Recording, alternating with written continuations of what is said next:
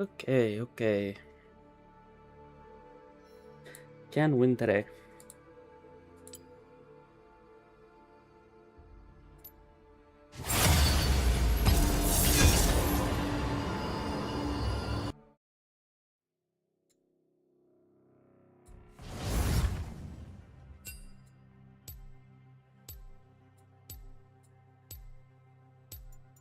Rengar top. I do think Rengar top's pretty OP, but it's not for everybody. It's only like if you know what you're doing and you can play it.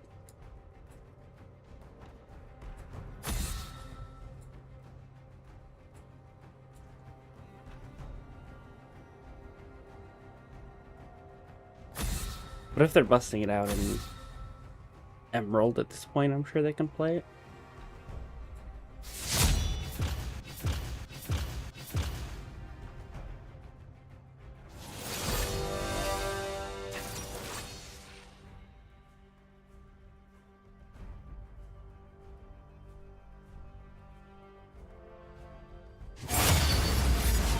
Oh no.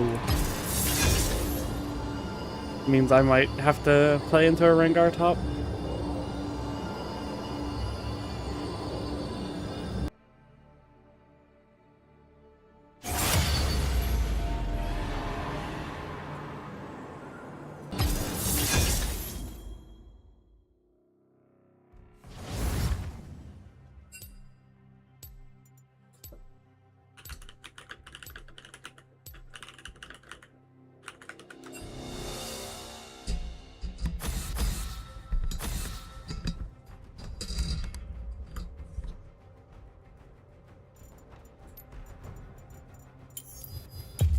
The joke's on you!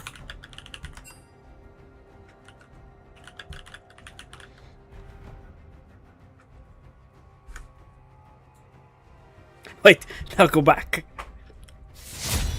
I don't want Baus Vi top, I want Buppo Rengar top.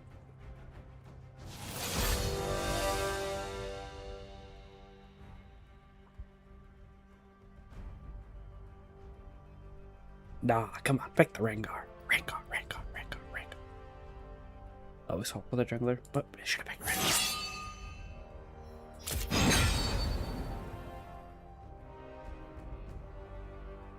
What are we picking, jungler? A lot of OP stuff is out. New, nice. That OP stuff isn't out.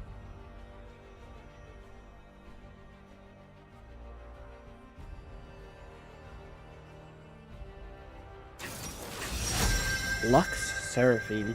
That could actually just be the bot lane. But I think either way, I'm pretty happy with picking an assassin in this spot. So just in case, we'll just like play the Zed and then maybe support gets counter. Support counter's like pretty good anyways. The unseen blade is the deadliest. If people are kind of going with the scaling angle on Zed, which I don't really mind.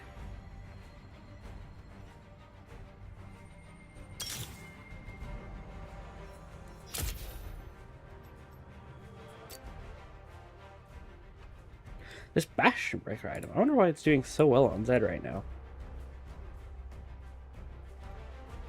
Does 30 plus 150% that lethality, or is that...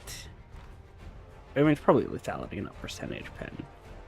So at 22 on Bastion Breaker and 18, that's 40. Let's see, doing 150%, so you get 60 true damage. Oh, sorry, you're getting 90 true damage on this Shaped Charge Bastion Breaker proc. It's kind of good, to be honest. And then you're also getting the 7... Oh, right, you're going to go on your Vol take Cyclosaur. Well, if you get your lethality before the proc goes off, you'll be getting 75, or, well, 18, another 27 damage, plus you'll be getting the 7%, 9% current health damage. That's pretty good. It's just like a little over 100 true damage, just for tagging them with an E.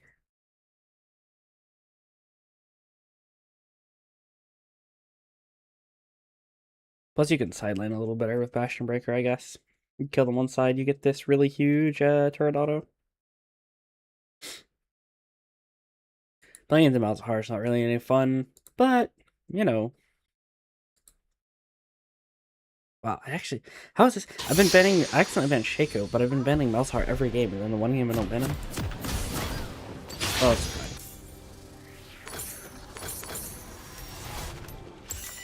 Dead builds are a little expensive these days, but this is what people are building and winning on. I don't like the Bastion Breaker. It's really expensive, but it is. It actually has really good value. Especially for like full lethality stacking like this game. Balance is weakness. Plus 10, GG. So we know that Viego's going to be starting topside here, so I'm just going to place a ward, probably after the first wave towards my bot side. The truth lies in darkness. I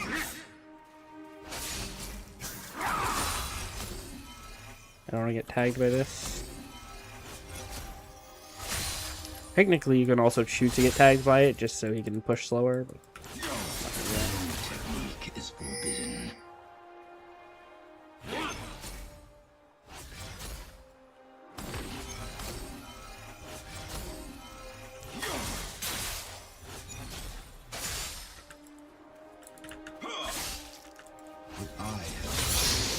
I'm going to W here. Can't really do anything if I just W on top of him and get free autos. Especially if he ends up using abilities on the wave. Alright, I'm going to go ahead and place my ward down here.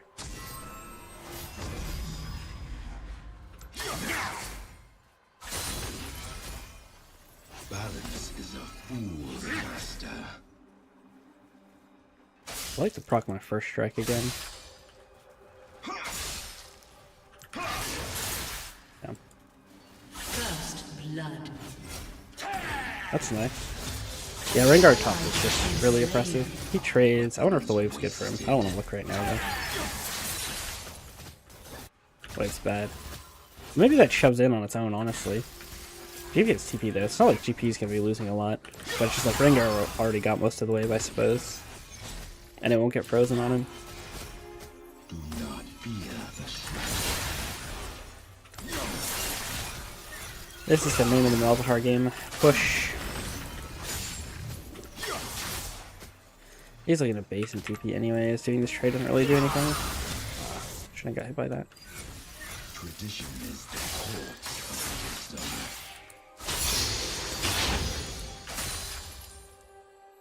Plans on staying and trying to push another one. That's fine. I can just wait for my energy and honestly trade the push. Do you run out for E? Brave the shadows. Can't be missing these minions.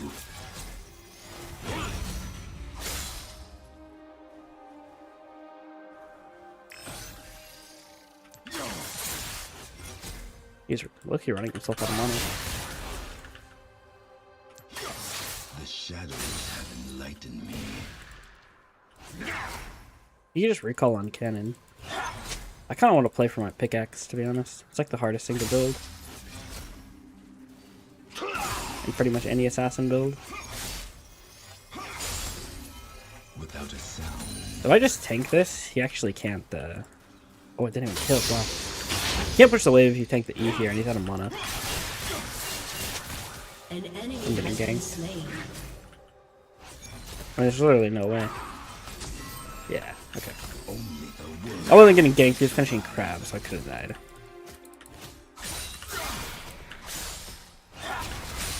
This guy know he's in lethal? Or maybe he kind of knows. He's backing off here. Balance is weakness. I can't seem to find his base.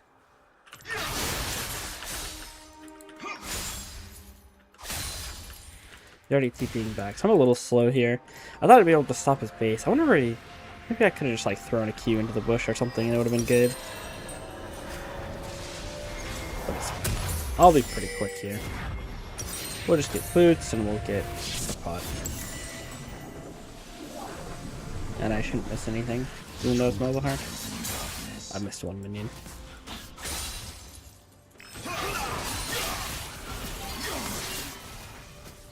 A little bit of first strike gold. I almost have 6 here. I'm not gonna get 6 before the gank.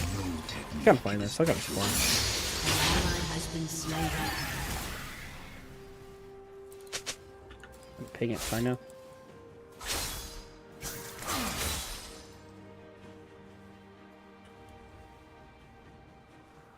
Cut the last breath from them.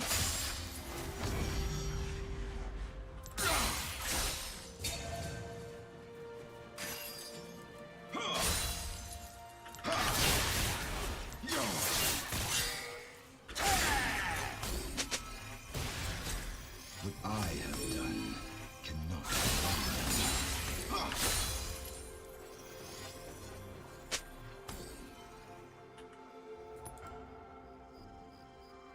What was it? Not really paying attention to the map yet. Kind of warm up game, I guess.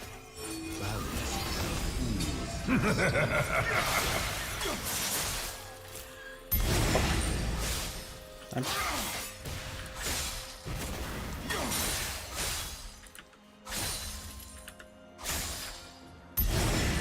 Took some unnecessary damage. Secrets kept, our weapons wasted.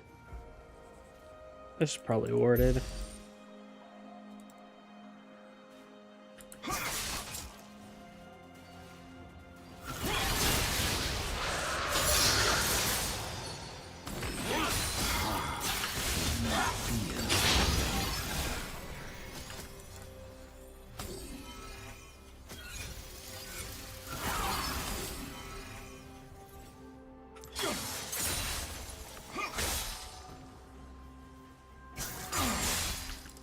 Tradition is the core of wisdom.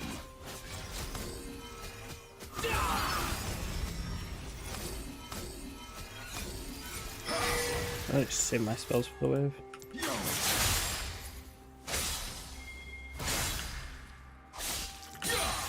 Brave the shadows. Find the truth. A little boring, but I guess that's to be expected in the Malzahar.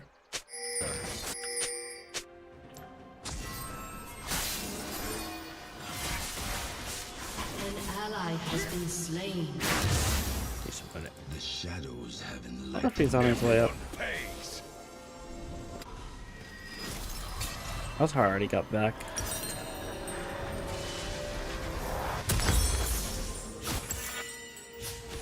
Should have been a little bit quicker on basing. I knew he was basing, but then I saw the Viego. I was like, oh, let's start to try to steal the red.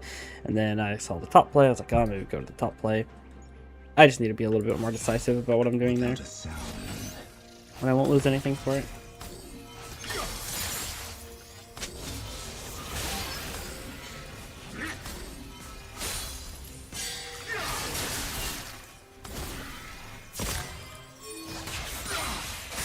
Shield me, please. Or whatever. It's not that much damage.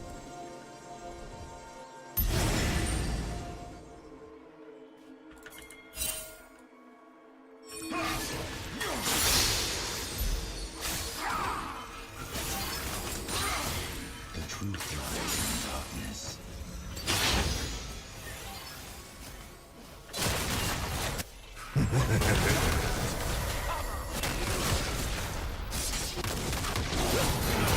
I think I have it. Get an assist. No terror. He has been slain. I'm just gonna walk here.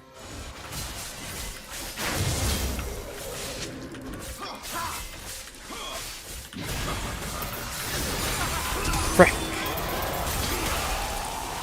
My W hit the wall.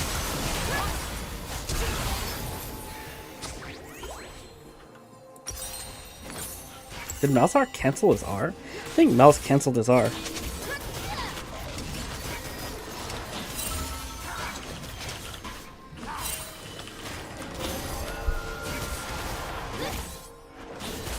What I have done cannot be undone.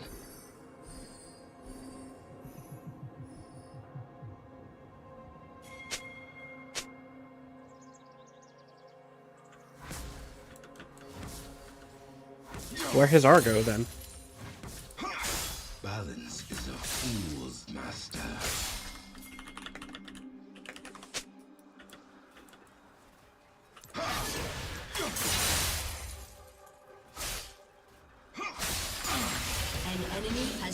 slain. Secrets kept, our weapons wasted.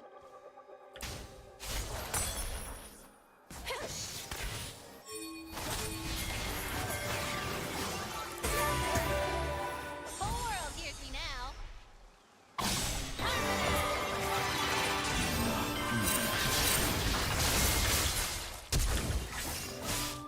Don't do it.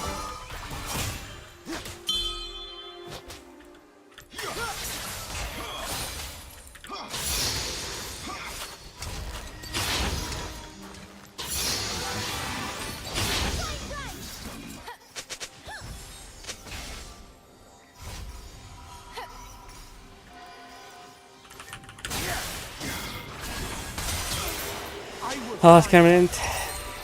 I just really sad my roam doesn't work out because every time I roam, I just lose away mid because Melzar pushes so fast. So I was trying to finally get a kill. Oh, I just can't create for it. It's like they just have it every sum when I go bot, and the Vigo's there. Please don't die mid. That'd be really sad. I don't think he's dead. An ally has been He actually slain. did die. That sucks. A lot.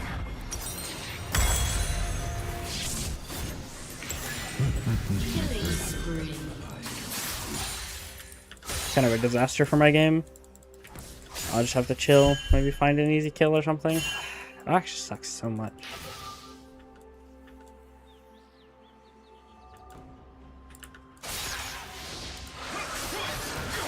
Shadows have enlightened me. Probably over half a level down. With one-shotting waves, I can't move.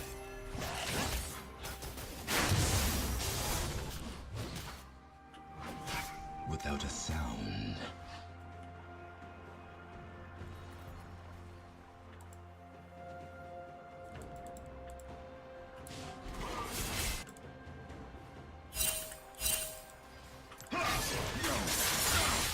They've found the wrong master.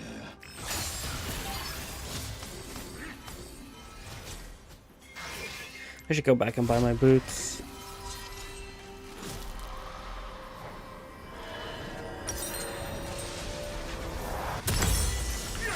Balance is weakness. I just leave lane for too long. Pretty consistently.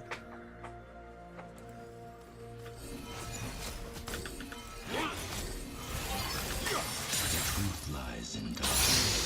Just a remnant from, I think, plot. They actually just take every fight, but they're just not willing to do the same here.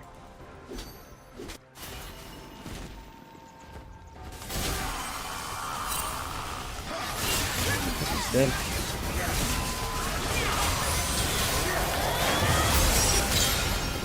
That's nice.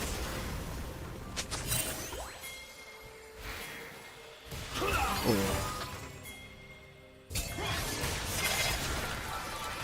I have done cannot be undone. Wow. Your team has destroyed a turret.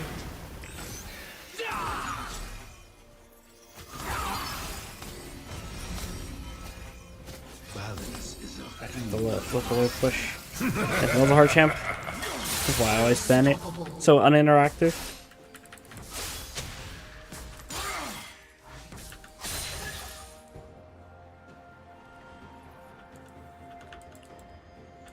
At least I can push wave decently fast right now too. wasted.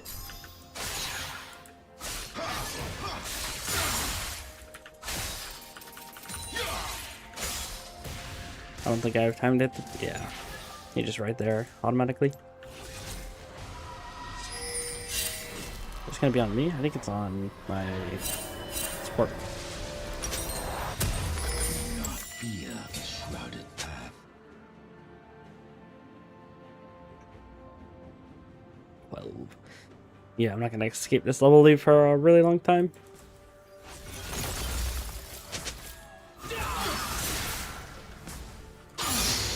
None escape their shadow. He also farmed a million plates. It's fine, it's fine, it's fine, it's fine. I just need to look for some at some point. Actually, I just have to sentinel in. Tradition is the corpse of wisdom. Dominating.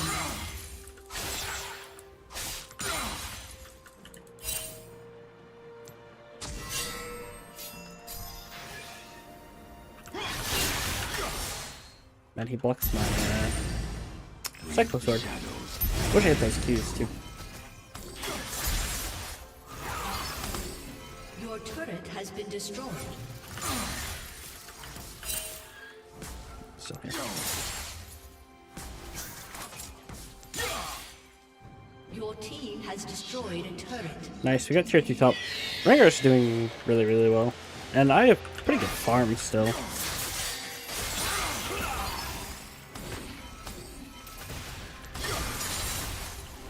I know tanking. Without a sound.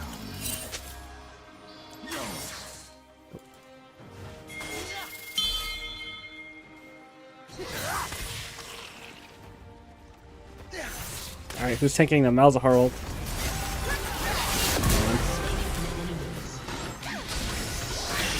That hit me too? Killing spree. Oh, frick. Godlike.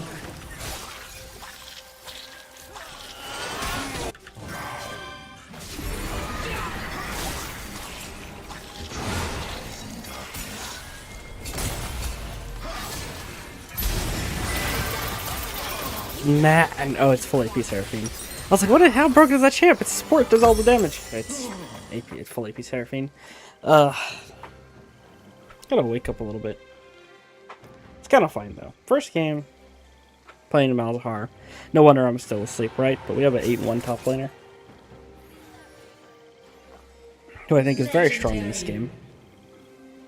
I should get a sweep. I have a big top wave I get to collect.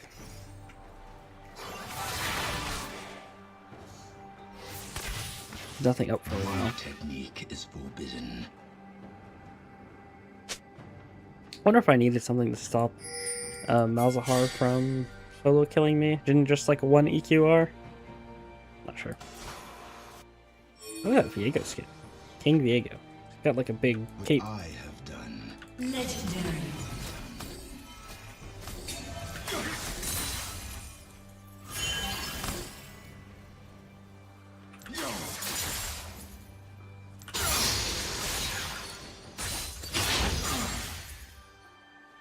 Balance is a fool's master.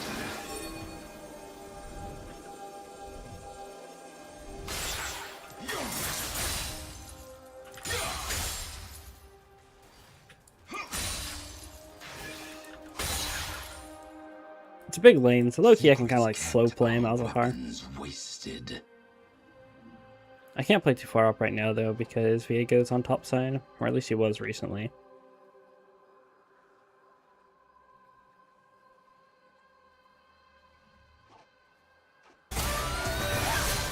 Do not fear the shrouded path. An enemy Not has been needed there. slain. Legendary. Okay, well he's letting me walk through. I was like, I can't walk through there at all. I'm pretty sure the guy just like one-taps me pretty much. I don't even think I could successfully trade him. Killing spree. But he's giving me a lot of respect and room to play. Your team has destroyed a turret. Your team has destroyed a turret. Okay, he's mid now. That's what I want anyways.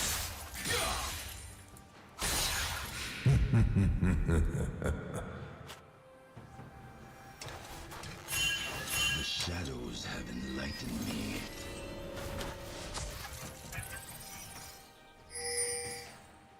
I don't really think it's good to go for the play.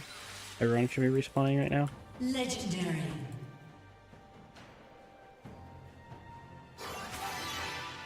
Without a sound.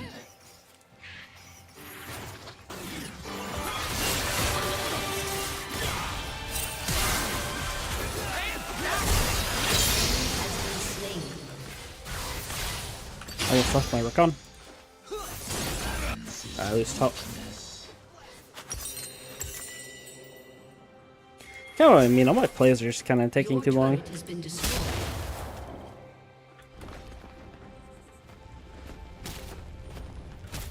You think you're gonna find him?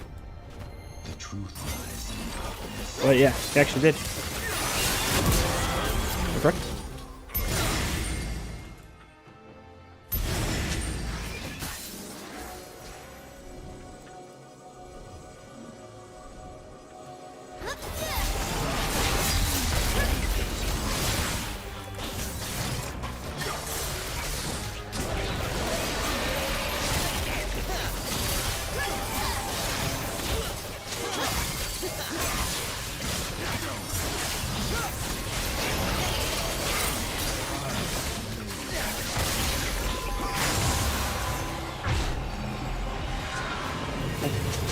Vixen.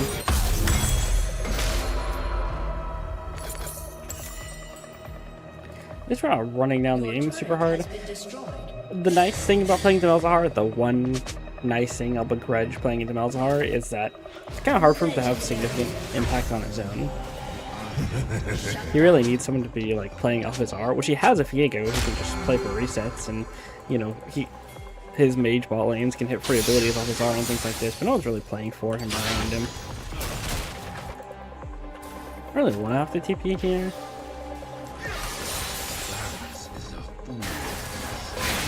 Rampage.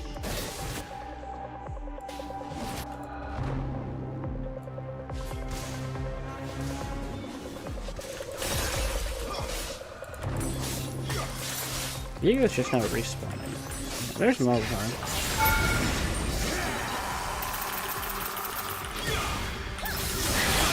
All I can do is try to one-shot him back. But, yeah, I don't have the damage for that. But it's fine. There's like 3 top to take the Ocean Drake. I die. There's not really anything wrong with that. I guess except the fact that maybe I don't really have to die, because I kind of know that they're going to come, so I can just time it, so... I got 4 plates. I'll take it.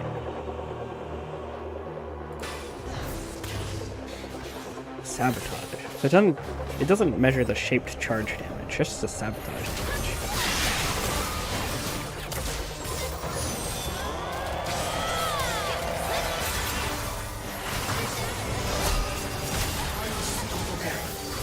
Would I have extra?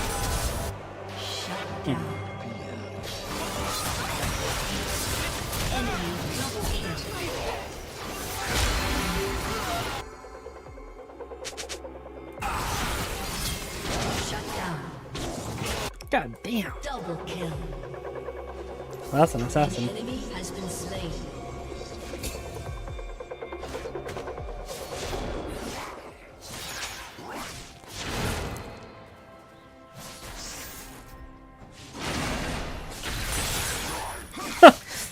Right. Okay. Anyways. Well, that tower blew the frick up.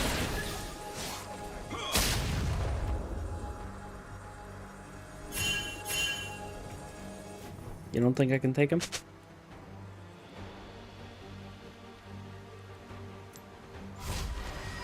I should just back into top.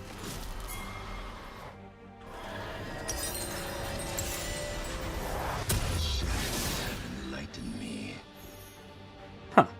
Wonder how that works. I clicked on the bottom right of my screen, but on the map, and then I ended up going the wrong way.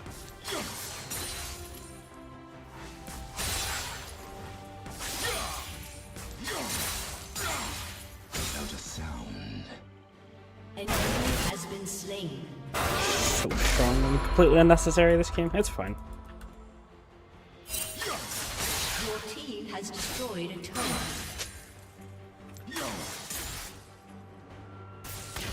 Balance is weakness.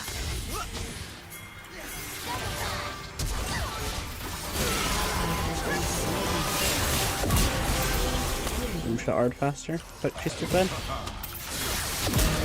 Double kill.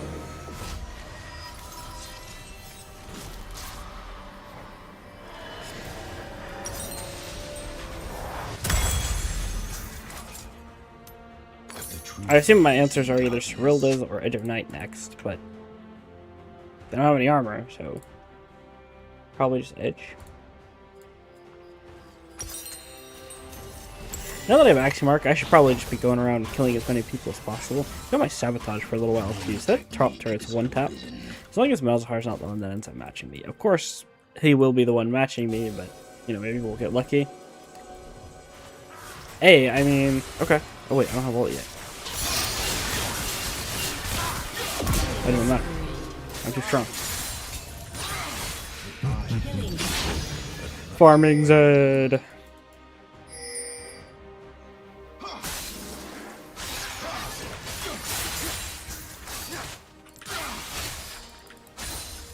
Got a little life steal off the wave, which is super nice. I only need the one auto, so. I don't see any more damage, to be honest.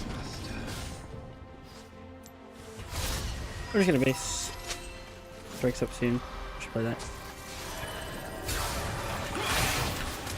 Not this time. That Seraphine kind of did a lot of damage. I can't back in an obvious spot because Luck's my army. Kept our weapons wasted.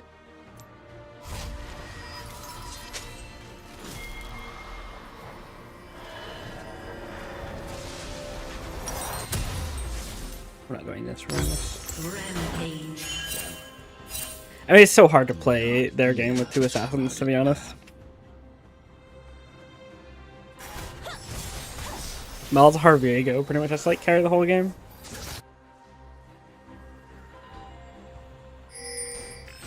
I think GP should have gone healthier build. Kind of just can't play. Maybe even like a Leandrius type build.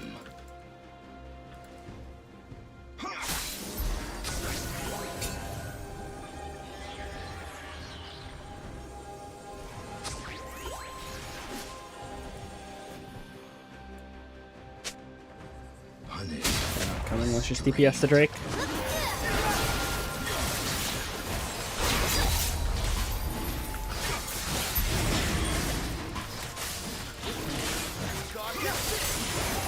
They're just so much damage to everything. No, I should be playing this champion more. Holy crap. Maybe the early game kind of rough if you're not playing it well, but boy does these items do damage.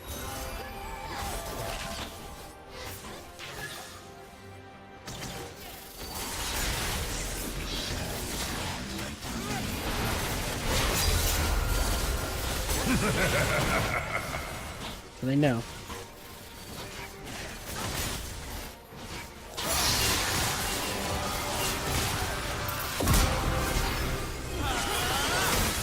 Rampage.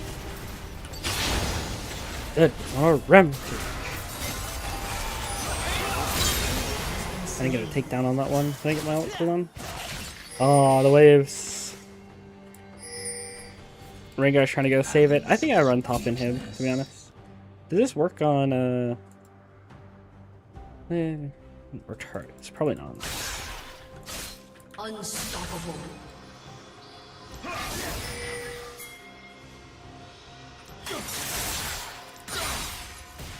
Ignorance is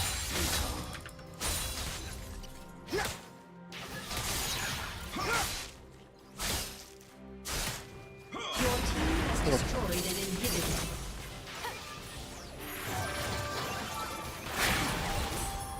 Your team has destroyed a turret. Your team has destroyed an inhibitor. Yeah, these guys can't even play. Your team has destroyed an inhibitor.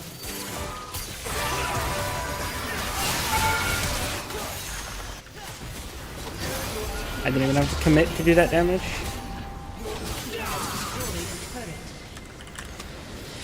Okay, that's a bit of a slow game for me. This is the first game of the day.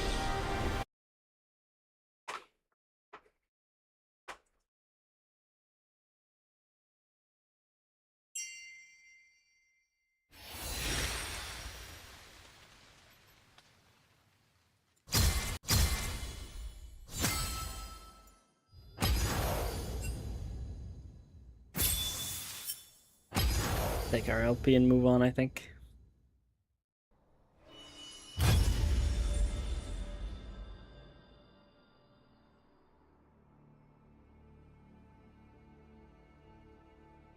Yeah, I could have probably been more proactive this game. Cogwheel's not turning yet. What was it? Win conditions? Go win the game more? Is that what the YouTube coach said?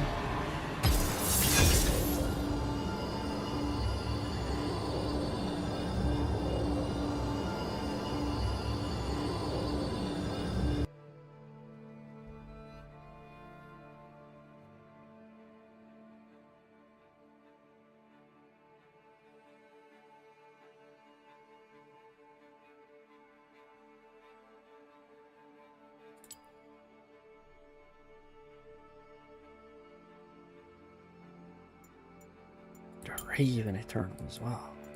Wait.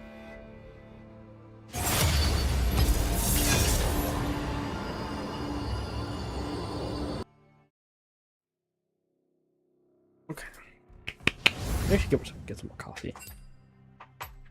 Be right back.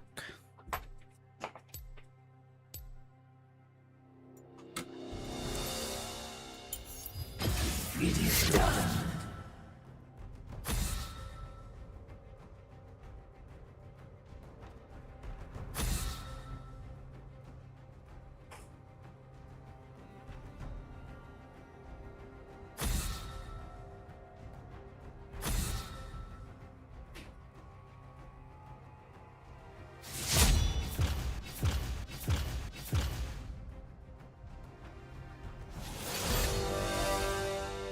Guess we won't be seeing any more Zed this game.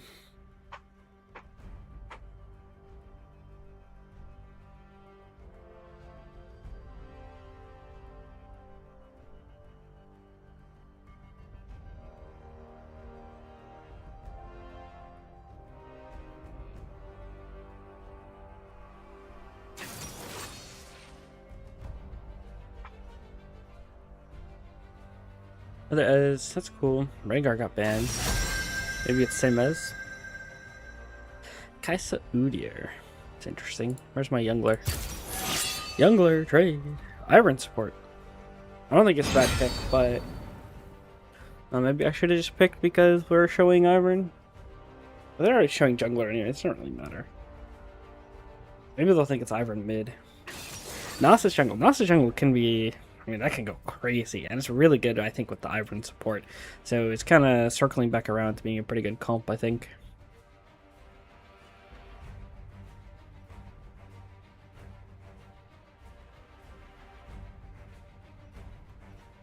Graves, Lux. I think this is. Whoa, what's happening here? Is this.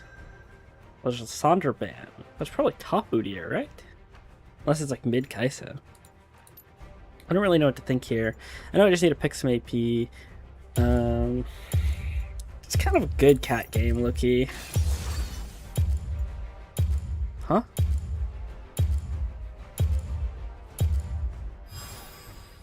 Violence solves everything. And top Caitlyn's gonna stomp any lane, right? They don't have a. I mean, even if it's Udyr or Graves in the jungle, it can't be that effective at killing, right? It can't be that effective at killing the. Okay, I'm playing against. Oh, okay. The Yone lane. I'll just go the electrocute. Take the bone blade. Blah. No will taste. Oh, like this is fine. We're gonna go sweepers anyways. Play safe early. Wait, why do we have a Kate top? Good question. It's a fair question. You know, like I said, the lane's probably not bad. Range ADC top, just so you know. Always in my. I mean, it's fine. It's fine. It's like it's gonna have, like, I don't know if anyone's like watched the 1v1 tournaments and stuff, but Caitlyn runs the game. It's a good laning pick. It almost kind of needs the jungle attention to survive. But playing into Udyr and Graves, it's so hard for her to actually die in the top lane. Although she doesn't have Ghost. She has TP. A little weird, to be honest. I kind of think we're fine. We have a weird comp, but I think if we just make it a messy game and scrap a lot, you know, we can win. That's my thought, anyways. Plus, I've got Kitty Cat Katarina skin, so it's GG, right? Right? Welcome to Summoner's Rift. Never play fair. Looks like Nas just wants to go for the ward. I wanted free Q. Warded red. That's fine. There's really, if he starts the other side of the map, he's gonna get to that ward. What? Was he going for a mark on the camp? You can't even smite on support anymore. I want a free Q. Come on. You can't even smite on support anymore. So you can't insta-take a camp on Ivern. So I don't know what he's trying to do, to be honest. Because I can. I just saved my bone plating here. Take the first 3 minions. Try to take a short trade at level 2. He's got the bow. But he's got a lot of attack speed. To the point. My lane's my problem because I wanted to... But they're not.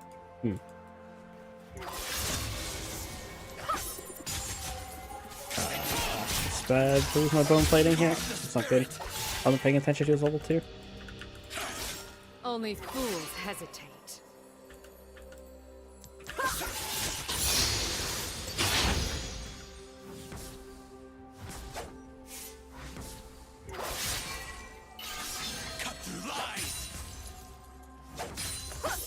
No going back. That's fine. I'll just farm. He's farming at about the same rate anyways, just because he's a little bit worse.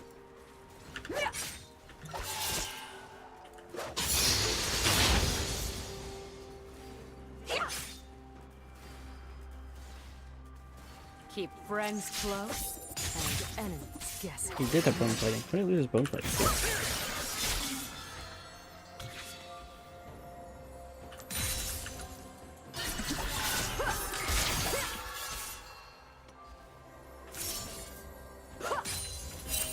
Ready for trouble?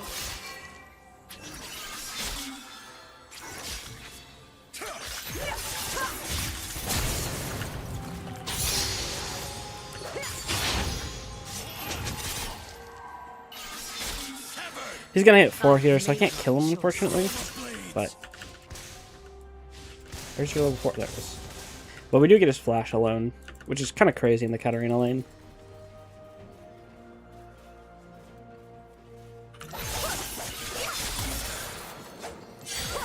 Oh my lord. Why'd I do that?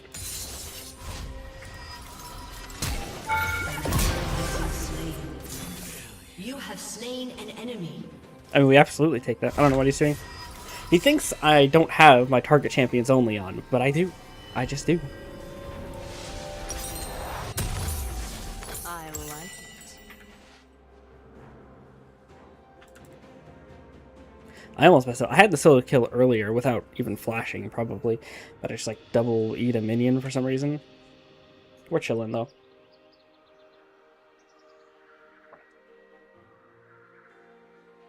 Intriguing. Can I get my cannon, please? Nice.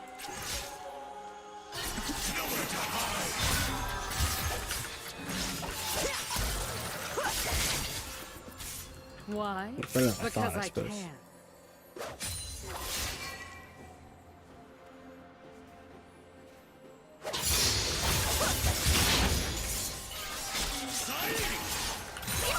Messed up.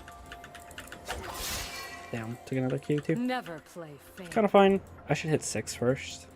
Because Wave's gonna be in front of him though. And I don't know where Graves is.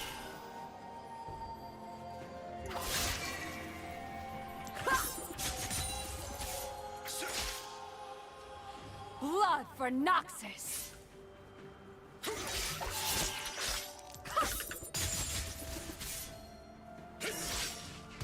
This is fine. He's letting it crash.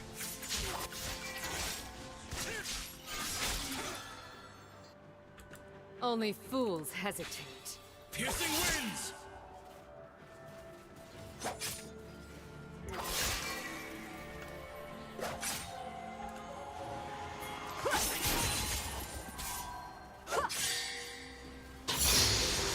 To the point. An enemy has been slain. I'm not gonna have my level 6 hammer to trade on. I don't think. Yeah. Keep friends close. An ally has been slain.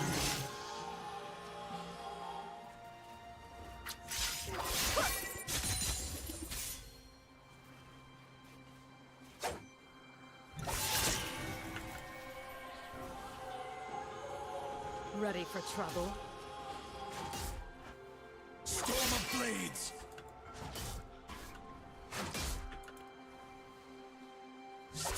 I'll just play it cool. I don't want Gnosis to end up ruining his farm or anything to come fix my lane. I can't wait.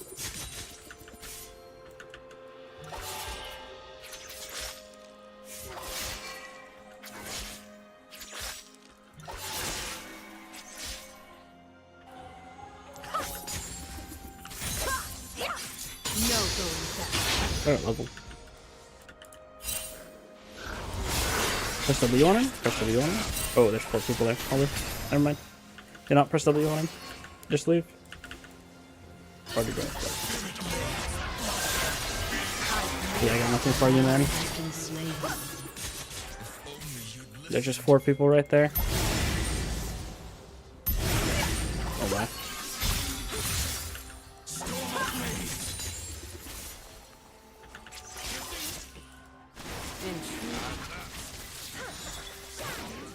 They're looking to do some sort of play here.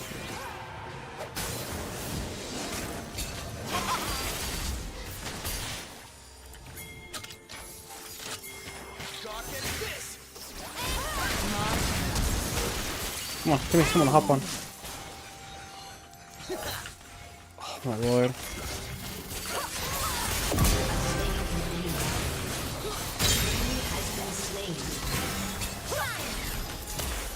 I like it. I just was barely out of range of everybody. It was so irritating, but we got in.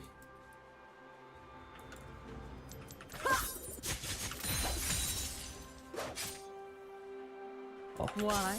Because I can. He has ult.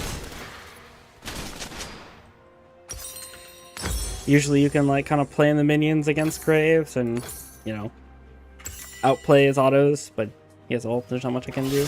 Unless I like get behind him with a side step or something. That kind of sucks because I lose all my Dark Seal stacks. Never play fair.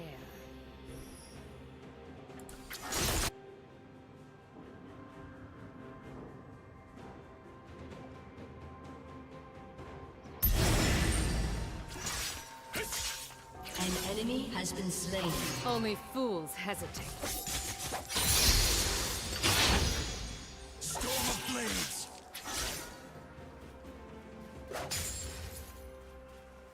Piercing winds. Keep friends close and enemies guessing. He's respecting me a lot here. Is he respecting me, or is he going to go kill my jungler? Enemy killing spree. I think he's gonna go kill my jungler. Let the bloodshed begin. Let's not. We had all the grubs. I'll take it.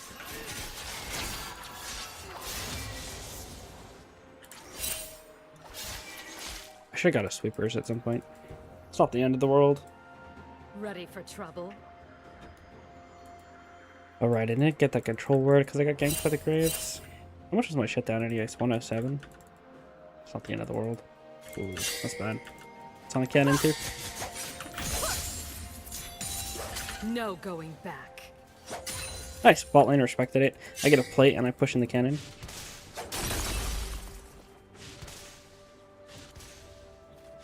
I think I just retreat to the top side.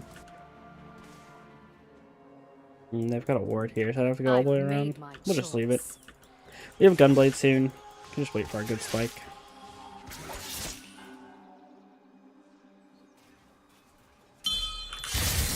Too easy. It's like kind of AFK for a second. Without mercy. Enemy rampage. Enemy double kill. There's a decent amount of life steal, actually. To the point. I'm just gonna shove this as hard as I can. Yeah, it's TP. We knew he probably would. We're gonna take a... Damn. I'm gonna take a look at the bot lane here. Intriguing.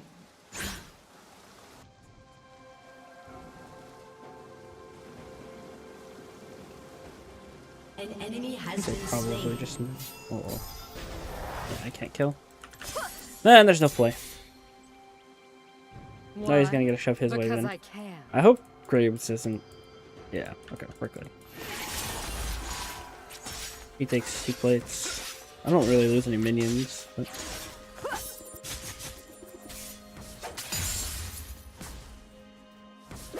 Never play fair. I want a base really bad. Your team has destroyed a turret. Storm of blades. An Only enemy has been fools slain. hesitate. Sure. I have money for Gunblade, so I'm getting a strong timer here.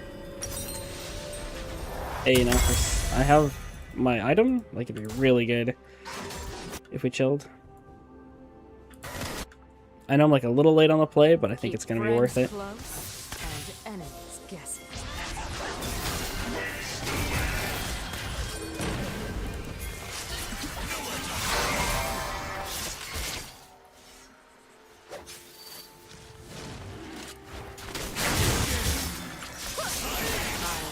I can't see.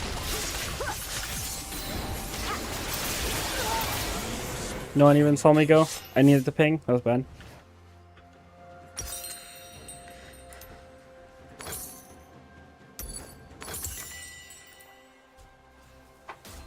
Man.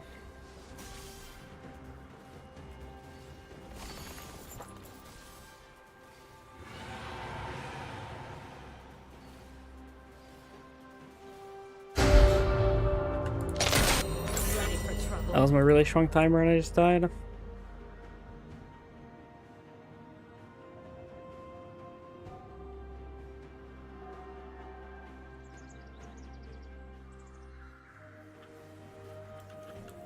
No going back.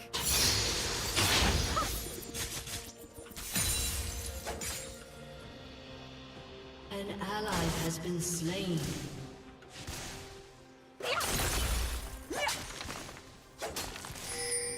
I've made my choice.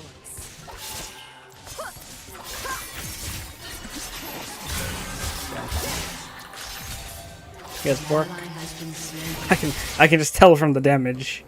Ay. He also has a lot of life steal now because he has work. To the point. Unmarked. Intriguing.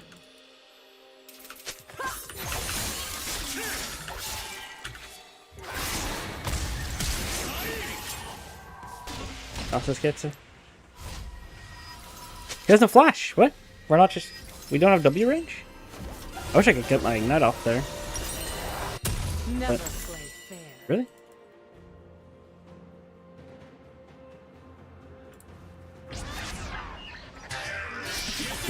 I guess Lex is here. That guy's probably just dead. Wow. A lot of damage. Only fools hesitate. Oh, I needed to use that timer where I was really strong better. It's fine, we're still cat. We can just randomly win the game. Your team has If you walk up to kill a destroyed minion, turret. I will go on you and I will kill you. An ally has been slain. Just by the way. Keep friends close and enemies guessing. It's not if I Q like that, to be honest. I do have R though.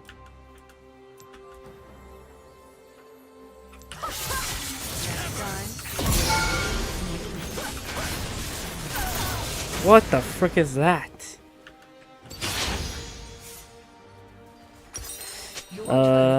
That's not good. I want defensive shoes here. Probably not really.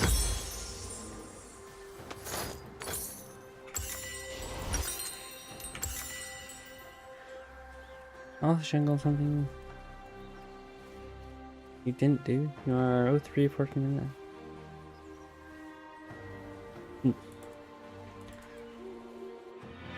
I like it. What's it stacks?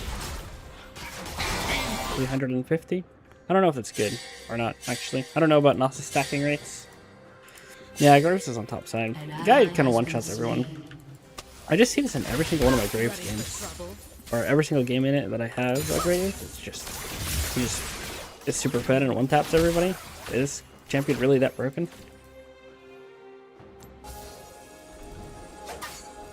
Oh lord.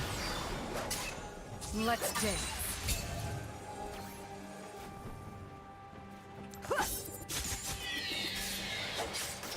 Whatever happened to my Ezreal? Oh, he's on top of the Iron, I see.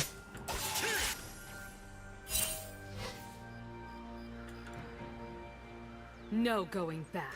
I need to make a montage or something. Oh, Too easy.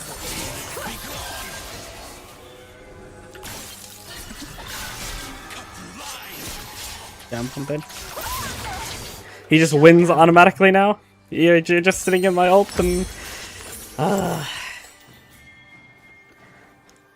yeah, I don't get hit by his ult. He just full channels in mine, gets hit by an E and everything. Alright, I look at E, dagger, and Q, and I just lose.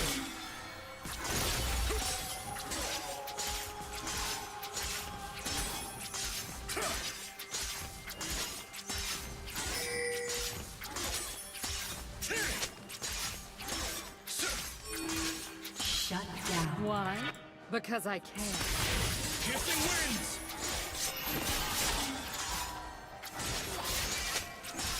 Okay, I think it's our way too much. It's completely legal.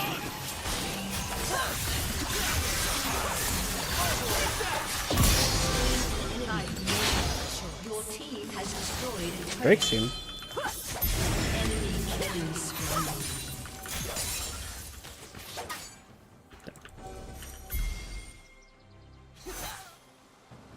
No need to Drake soon.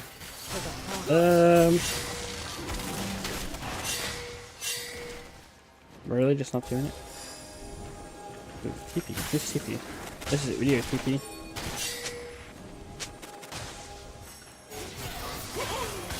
Never.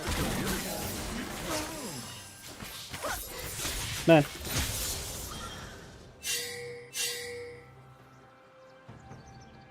Kinda sucks that we have to give there, but I guess what do you do? They actually did just run across the map and then we're still stronger than us even with the trade of kills. Galen's kind of scaling. Oh my. Oh, guys, this here too. Has been destroyed. Someone's getting caught over here. Ah, maybe it's fine. There's too many plays, too many enters. Oh my lord. How am I supposed to run to everything? Has been slain. I just need to run to one thing faster, I think.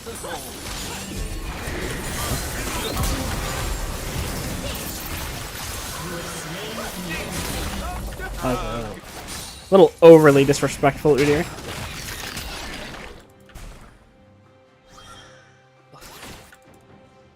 Can I even beat... Can I beat her with the Iron Shield? Has been destroyed. Maybe. I'm not gonna worry about it.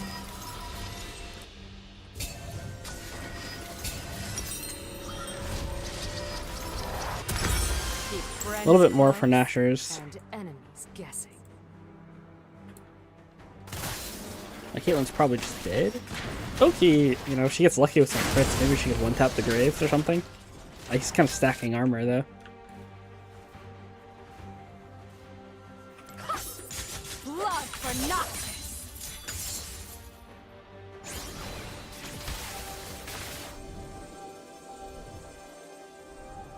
Maybe I overload the side with my Kate. Oh, she's already dead. Has been No slain. going back. Wait, what? An ally has Whoa! been slain. She killed him.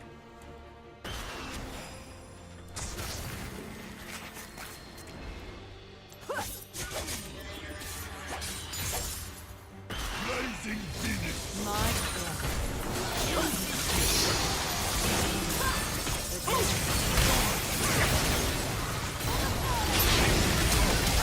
Oh, that flash was strange. There's 3 top. Yeah. Well, Caitlyn's already dead, so we obviously don't have a side pushing. It was kind of stupid to try to fight that. It took us so long to set up the play that there's no way. Killing spree. It's not like we're one-shotting an Udyr anyways. Enemy double kill. This game's kind of a disaster.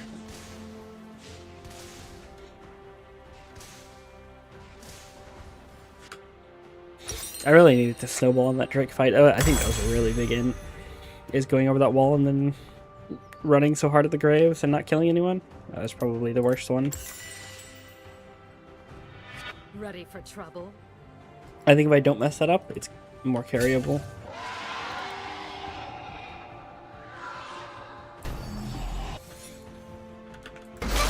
Maybe there's still some miracle with like Gnosis, Katarina team fight or something. I've made my choice. It's not like our scaling is terrible.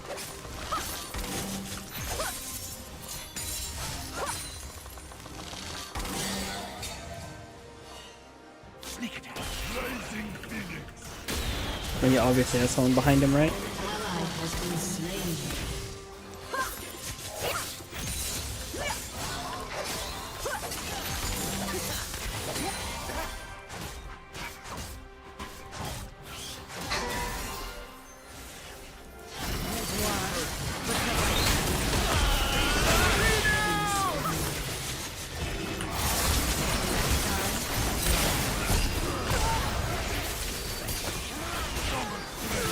He got his awakened back. And it really didn't matter what form he pushed. If he just mashes W or E, then I can't kill him. It's just bad. It's just bad. It's just bad.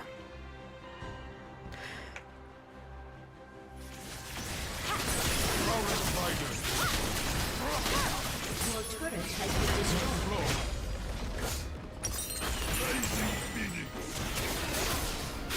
Nobility and strength. Your turret has been destroyed. Never play fair. Are you doing anything over there? Come on. Oh. Rampage. He's like not super weak. He has awakened. Don't think we'll ever kill him. I can't wait.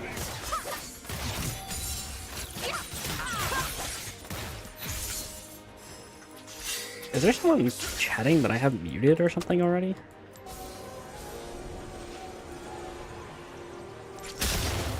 Only fools hesitate. I haven't started the solo yet. Pretty good. We actually have an 80 carry here. Meet my friend Dale. I wish we were not inting Daisy here. Having her alive would be really big. Everyone's dead. Sucks a lot.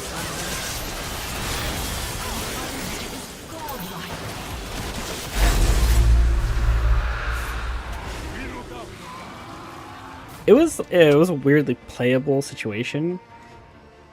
But Gnosis dead again when Drake was up. You know, on one hand, yeah, it was bad to get Gnosis to get picked, but I think Ivern could take away something from his own play right there. An ally has been slain. Perhaps next time.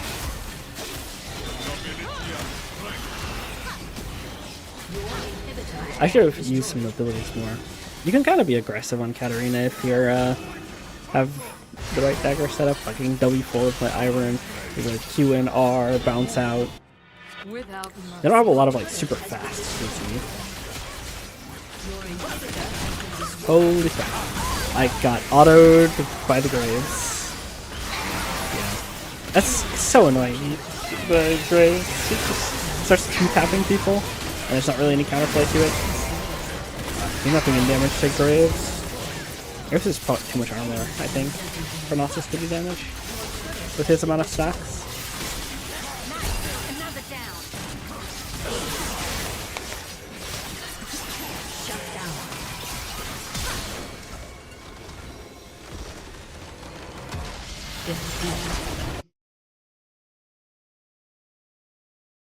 I should take another look at that Grubs play, or not Grubs play, that Drake play.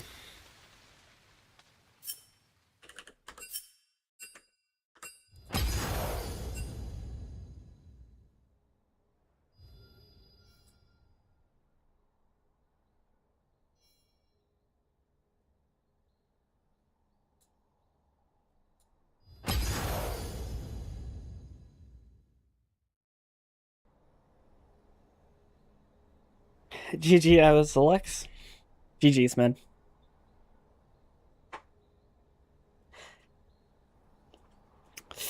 We just got completely ran. Completely ran. I think, let's see, where is it? This is the Drake. Well. Okay. Is this not the Drake? I don't think this is the Drake. No, this isn't the Drake. Where is it? Is it this Drake? It's this Drake. The 12-minute Drake. The 12-minute Drake? Oh, I entered this way too bad. I'm so strong here, actually. I'm one of the only people with first item. Graves is 6-0 already? Okay, but Graves is really low, and he's the only one with one item. If I can get over here, I can one-shot him. What happens here? Do I have flash? I do have flash. I just flash on him right there. Ah, I'm just there. And then I lose vision, and then I just keep running at him, and I die for free. I could probably snowball the game off that play if I don't run it down. I think otherwise the game's just too hard when people started losing lanes. Caitlyn's kind of fine. Really thought, when did this become unplayable? Gold right now is just completely literally after the Drake. They're 1k up at this point. They got Caitlyn top and Ivern picked somewhere.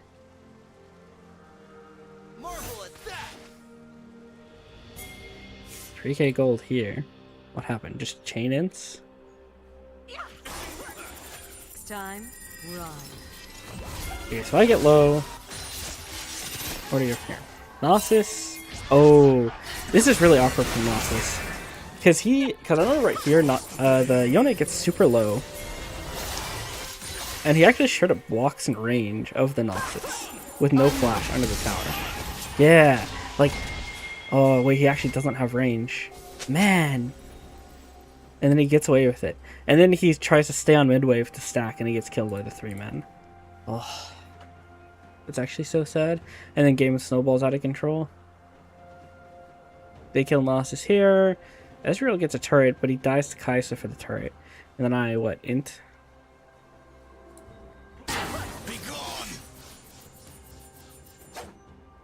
What do I do here that's cringe? Oh, okay. I see. I see this and I'm like, I have a kill angle on this Yone, which I do, but Graves couldn't do that. Yeah, I don't know. It's probably not worth thinking too much about. It's mostly that Drake play. If I just don't int it, we're fine. But I have to be able to snowball that game, because my team's just, Ivern's low-key mental boomed over the Gnosis, and I don't think the Gnosis is stacking that well. It is what it is.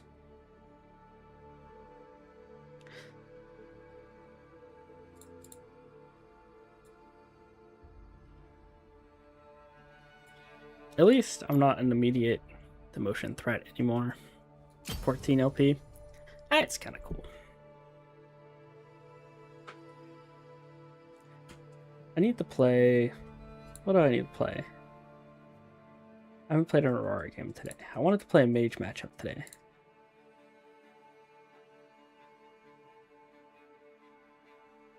Not into Malzahar, though. Huh.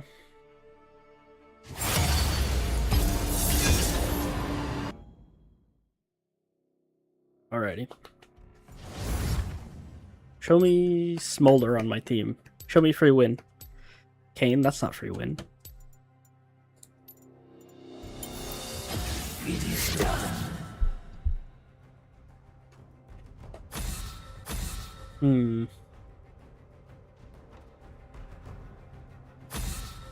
I don't even know what's a good pairing with a Kane jungle. I have no idea what mid laners go well with this champion.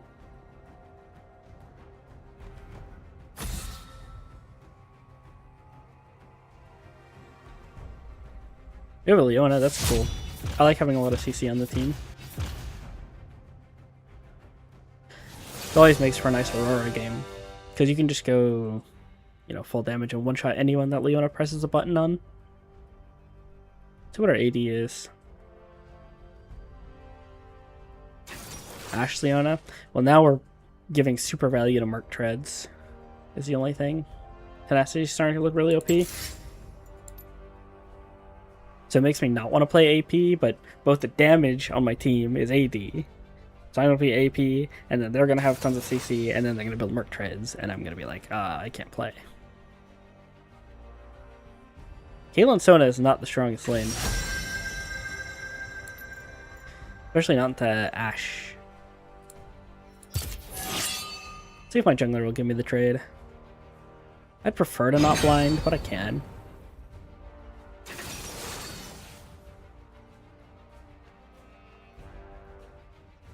Kind of chill so far. Wait, we got Seraphine.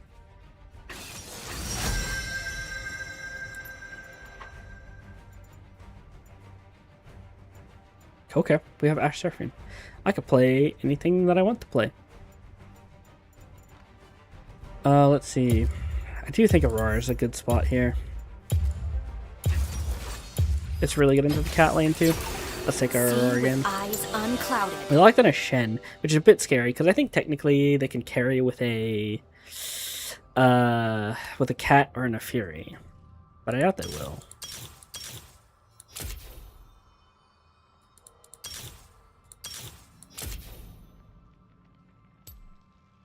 Do I care about the mana? My solo AP? No. We'll go like a Ludens.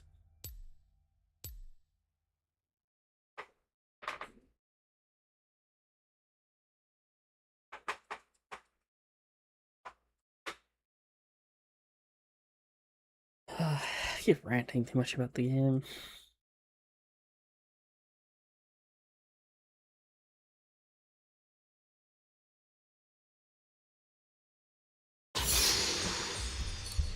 No, I ever said that. The worst fate for a demigod is to be forgotten. I won't let that happen to Hesperia.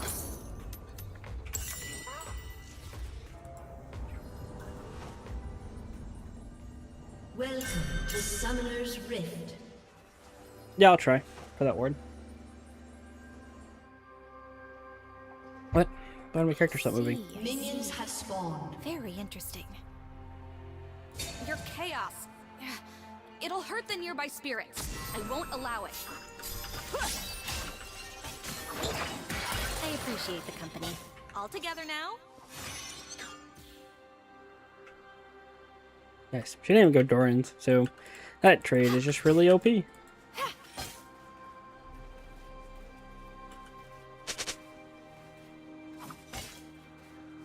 I should write home, so my family knows I'm still alive. Oh my. Don't miss the minions though. There's no point if you miss the minions. Goodbye, little friend. I want her to walk up to Q.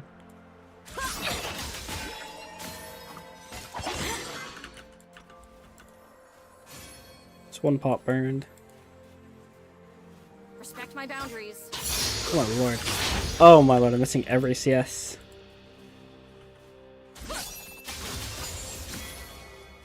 So strange, yet so cute.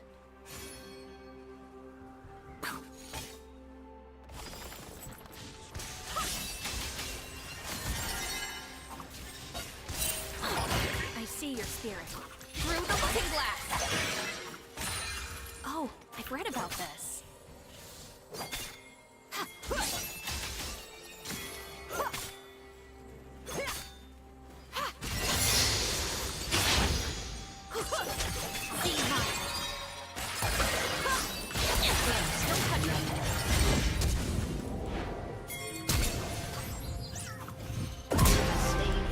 Yeah. Knowledge is power. Try reading a book.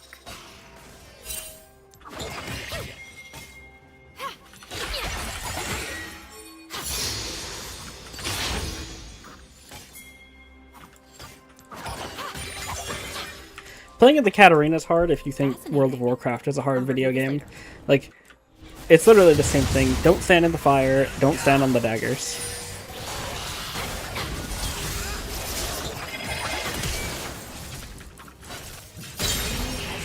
Good enough. I'm sure he would have liked that to be a little less close, but, you know, you're alive, bro.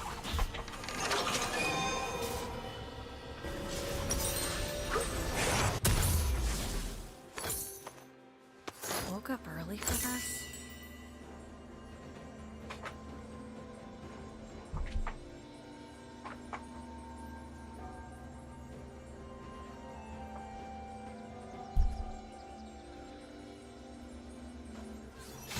I won't let the demigods, old and forgotten, lose their way because of the Frostguard's lies.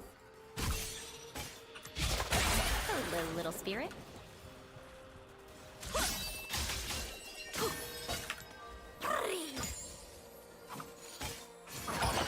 Beautiful, isn't it?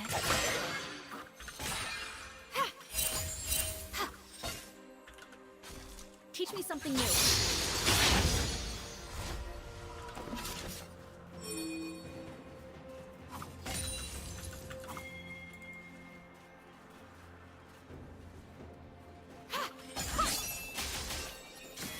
Move! I'm busy. Pretty much just have to continue to not stand in the daggers. And also CS better. That would help a lot, to be honest. I quite enjoy my own company. An ally has been slain.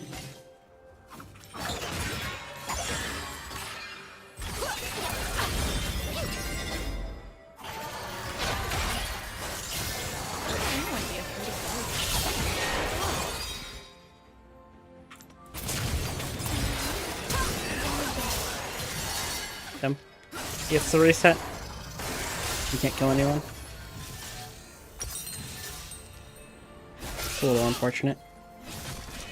Note to self. Repeating previous actions may lead to unfavorable results. I don't think I'm so desperate for Lost Chapter that I'll sack the AP.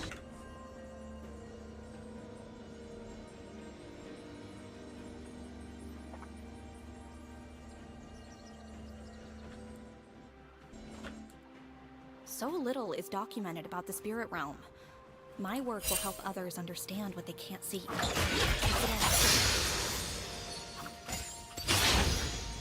think I take a plate.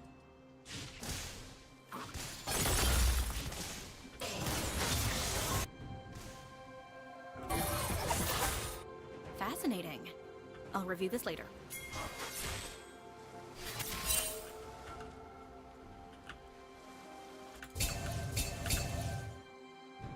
The Phaelite. Beyond the veil. I go where my research takes me.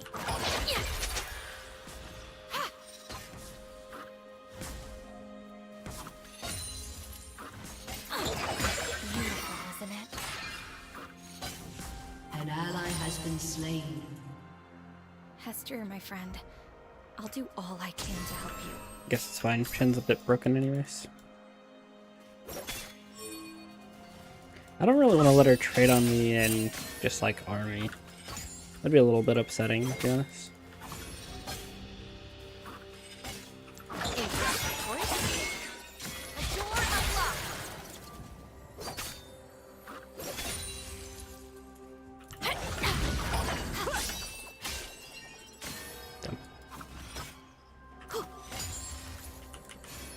The spiritual balance here is off.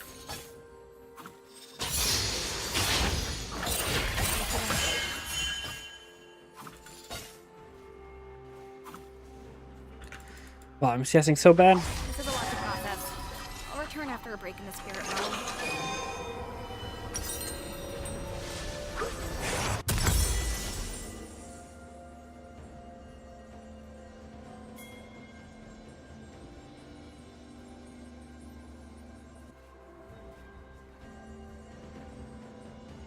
The sounds, the smells. I hate it. I see your spirit.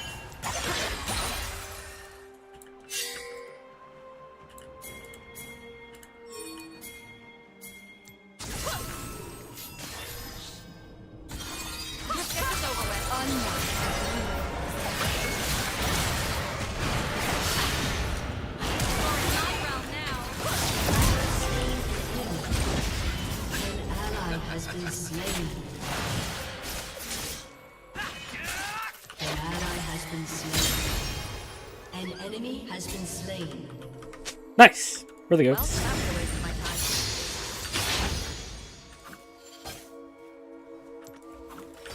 I have to kind of hope the Fury doesn't have R, because if she has R, I just die. But you know, gotta push the Open limit. your mind. Weaknesses can also be strengths. I'm sure I don't want this such an eye strain. One moment. I need a change of scenery. You gotta sell these for boots. Very sure. What is this? Oh, it's just Lichbane cat. Interesting. Yeah, Would anyone notice if I haven't looked in a while, but last time I was following Cat of Old, he was going the Gunblade Nashers, and pretty much never Lichbane. His other AP build was like Nashers Leandries, I think, if he took Conqueror. I like when it's quiet. I can hear myself think. Crossing over. It's fun. Too easy. I have to take a base now. History or be forgotten. Has to be more I can do.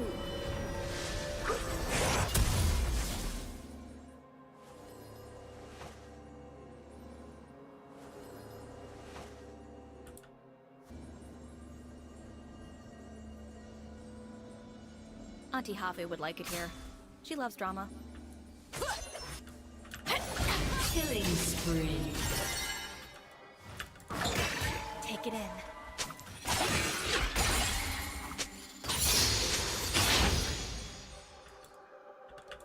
So few see the world as I do.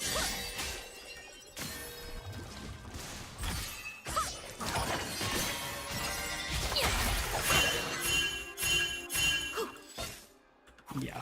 Ping me that many times, I'll run your game now, I See your promise. spirit. Spirits are so lucky they're not people. One realm to another.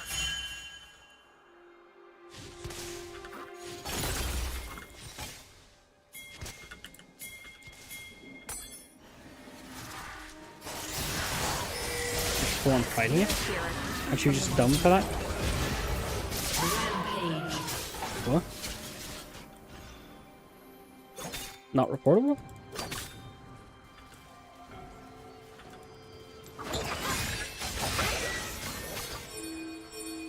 Deep breaths. With eyes unclouded. I'm pretty sure in most countries they arrest you for Ally that. has been slain.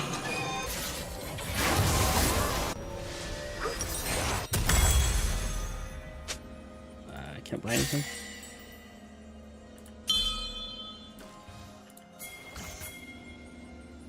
I'll come into this play with my item. But you guys have to wait. It only works if you guys wait. Steps from a spirit. Enemy double kill.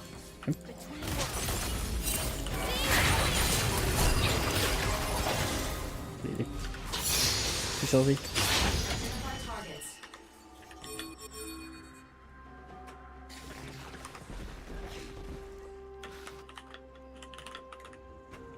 I mean, they're just like, they're picked. I see. Very good.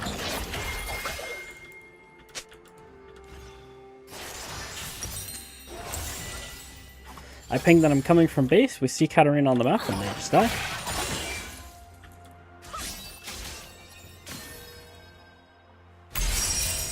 I guess should top write side for home, Drake. so my family knows I'm still alive.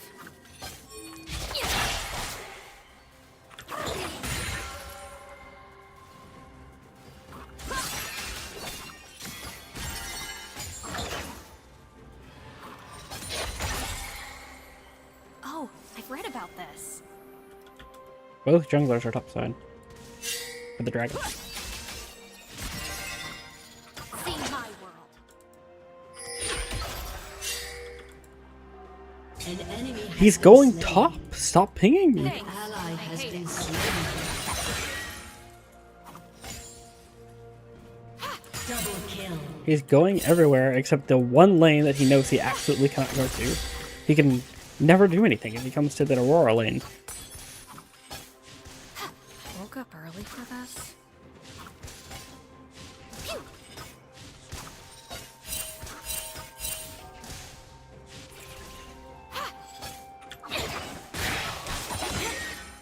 The stupid thing messed up. Quite enjoy my own content. Well, the Void Probe pulled the minion wave and made me whiff all my abilities. Like, what?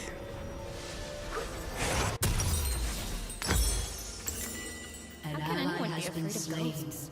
They're adorable.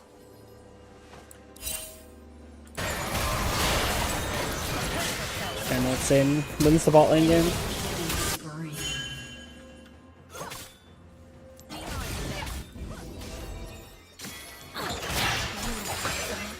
I have better things to do. Ally has been slain.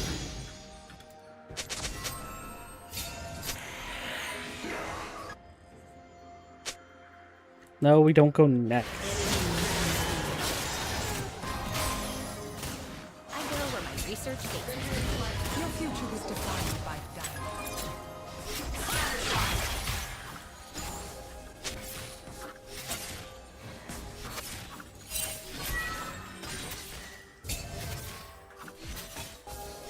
That's true, my friend. I'll do all I can to help you.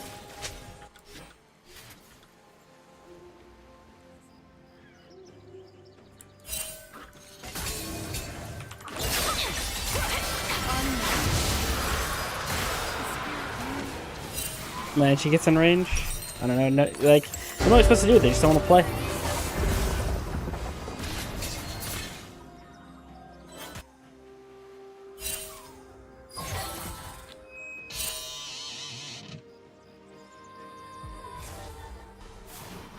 Your turret has been destroyed.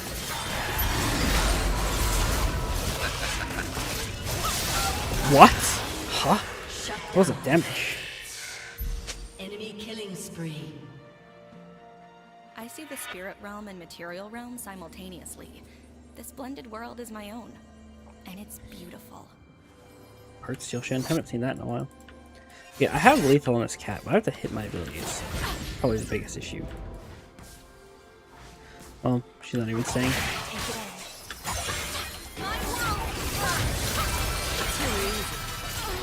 Damn, I actually just get solo killed. She actually does that much damage. I need my Q to be able to one-tap her, but I don't have it because I used it to clear the wave. I should have waited till she was in vision first.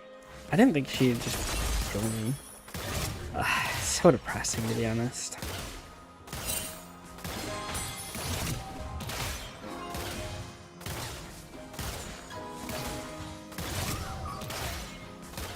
Your turret has been destroyed. Time to take the shot. Still corporeal. Oh well. Now she's just so unnaturally ahead that I just lose the winning Enemy has matchup. been slain. An ally has been slain. Leave me alone. Open your mouth. I didn't kill. I know she's in a bush.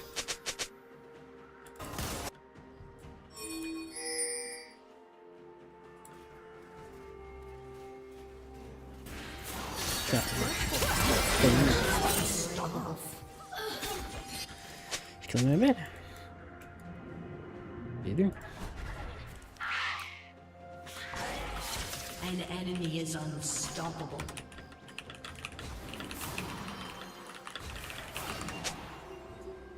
The sounds, the smells. I hate it.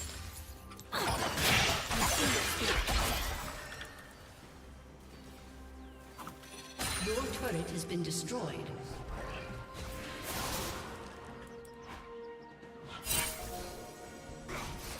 Weaknesses can also be strengths.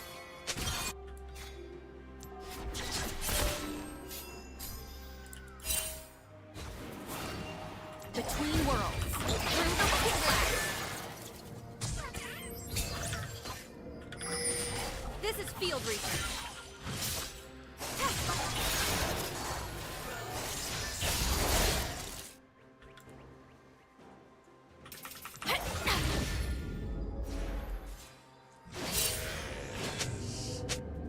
Would anyone notice if I just...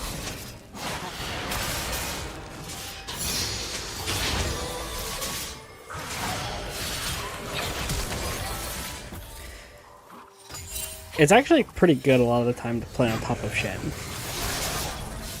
He can't ult to a fight that he's already in.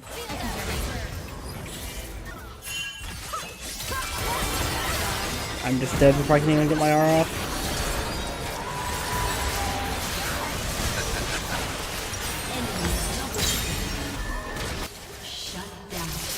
Kane's really strong. If he gets a Q off here, nice.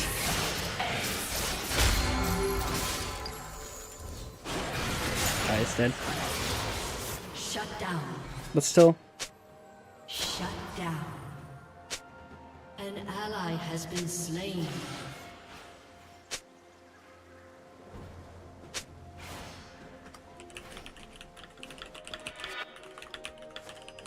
Once I'm done here, I'm going to celebrate by reviewing everything I've learned. I love paperwork.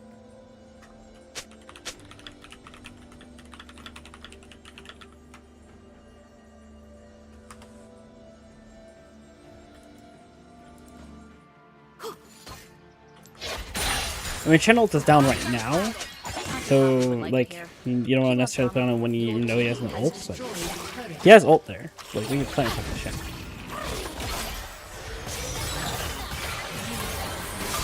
That's a little bit int, and you get reset on too. An ally has been slain. Holy frick.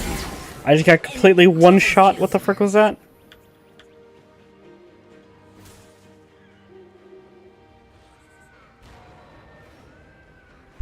We just need to be like a little bit more aware of spaces that we're not allowed to walk into.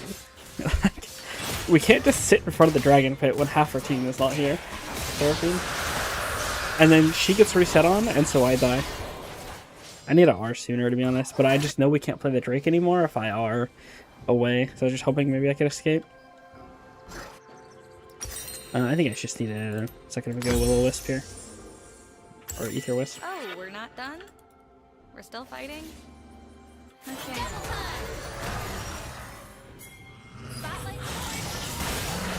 I don't know if I've shut down. It's because Kane's so strong.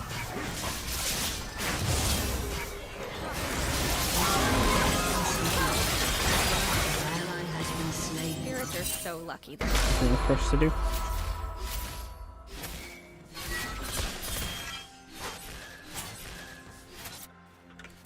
All lanes slow to every play, even in our own jungle.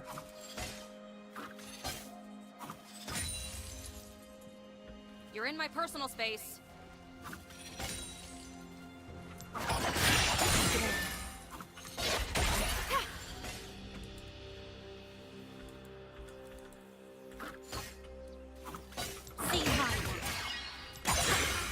Stay back.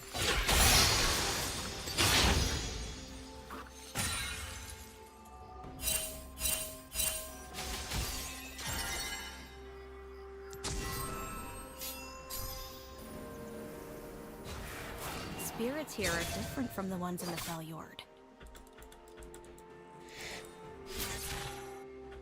Cat's the only shutdown right now? So sad. This is more like what I should have done last game, but I just played it bad. He's on screen. Don't die to on-screen cat. Don't be silly.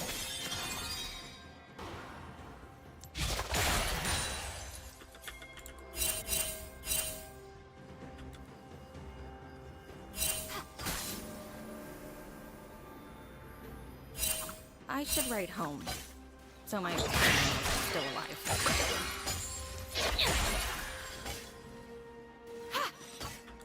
Killing spree. I think so many cannons is just bad.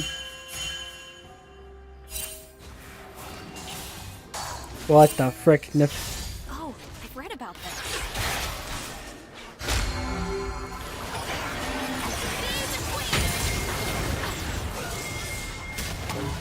Oh my lord, she hit. Oh, she got the arrow. I woke up early for this.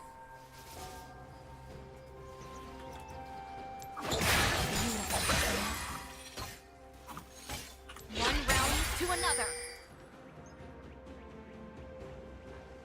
Okay, a lot of people topside. I want to take some plates off this tower. Okay, let's go. Take it away.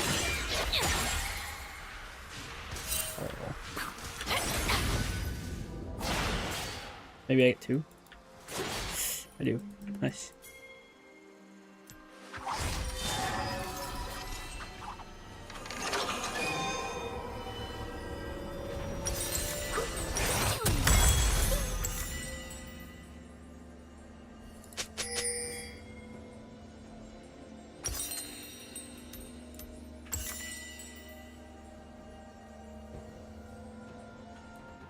Your team has destroyed a I turret. quite enjoy my own company.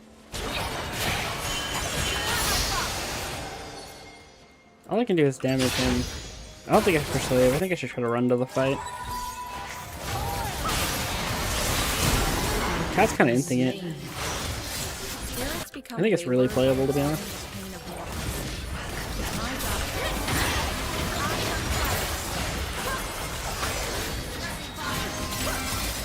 Damn.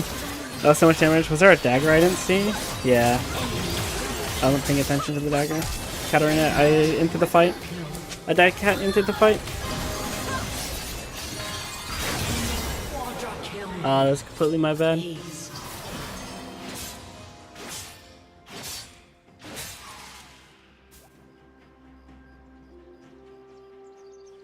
Use about him.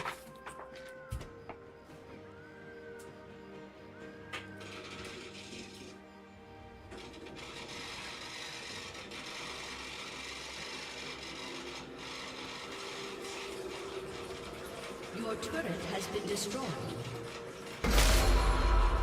That was not ideal, but I won't let this derail me.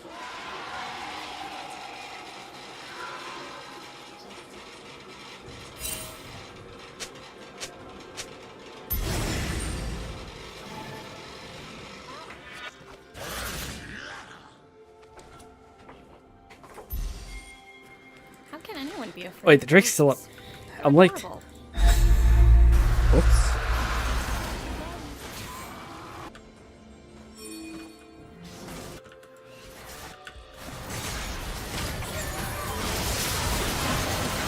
I feel like I've seen this before. I go where research takes me.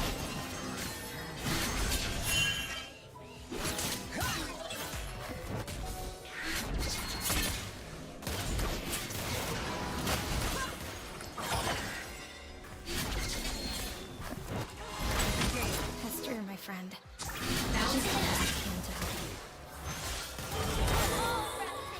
There's no safe space to walk in.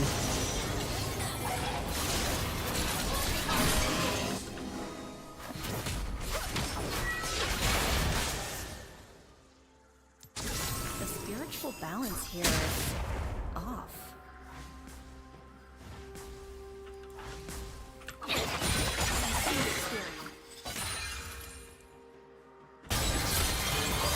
Oh, my Molly didn't die.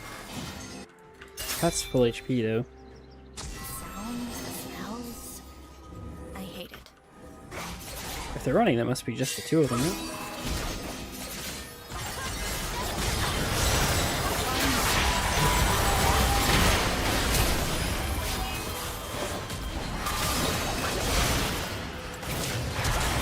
I'm dead. Can't dodge that. Enemy double kill. An ally has been slain.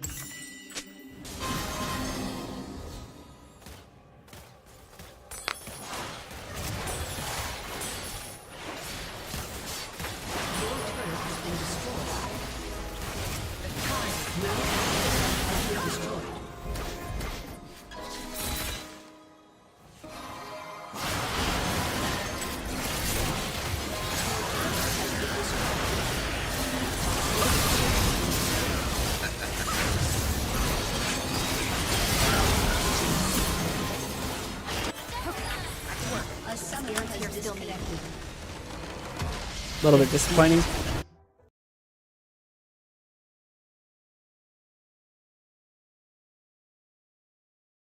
think I'm just getting too scatterbrained. I'm gonna play to a clear objective.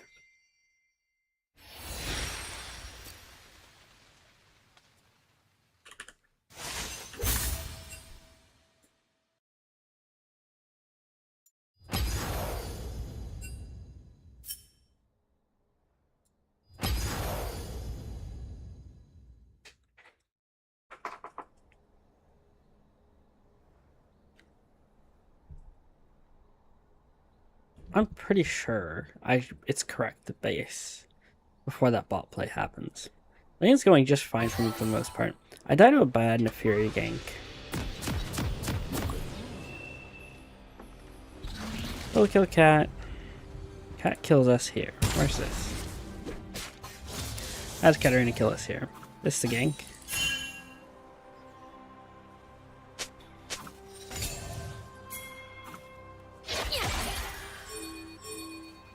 Neferi's there. I see Neferi's in the jungle. What do I do? Neferi's coming. Okay, so I'm literally an inter. Nice. Alright. Glad we got that out of the way. It's a terrible death. I tried her on Decane, but it's already doomed. She gets the reset, so he can't kill her. Okay, well, nice. I mean, it's one death, but still. It's a really bad death, just because I see the whole thing on vision. So that's pretty cringe, to be honest. Pretty cringe gameplay. So then I base here, because I have my Ludens, almost. Not yet. When do I base for my Ludens? I base for my Ludens soon, because I know we're going to play towards bot. It's not this. She just dies for crazy. Where is it? This is a nice play, and I'll push out. Where's it? GG with Shen. GG's. Well played. Well played, man. Shen's really oppressive.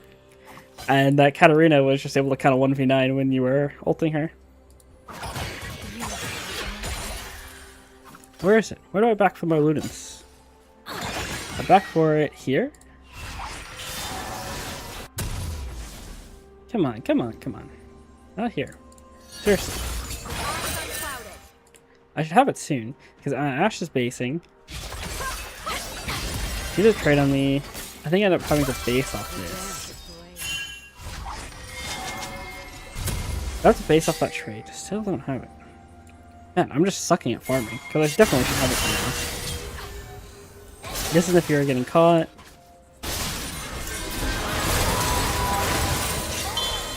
Okay. There's a whole bot play happening. I base for my Ludens. I ping that I'm on my way. What's team doing? So I'm pinging that here. Those are my pings. I'm coming. Do we see it? I don't think we see. Katarina just hops out of the bush. No. We have a ward right here. Where's Kat? I know I'm pinging that she's coming. Or I ping them to back off, I guess. I don't ping it right there. Okay, the ward runs out right before Katarina gets in. Oh my lord. And then the Kane... Oh. We did see her coming, but the ward in the tri-bush ran out. So maybe he doesn't think she's right there. And then he dies. And then she resets and the play's over before I even get there. That's a little sad.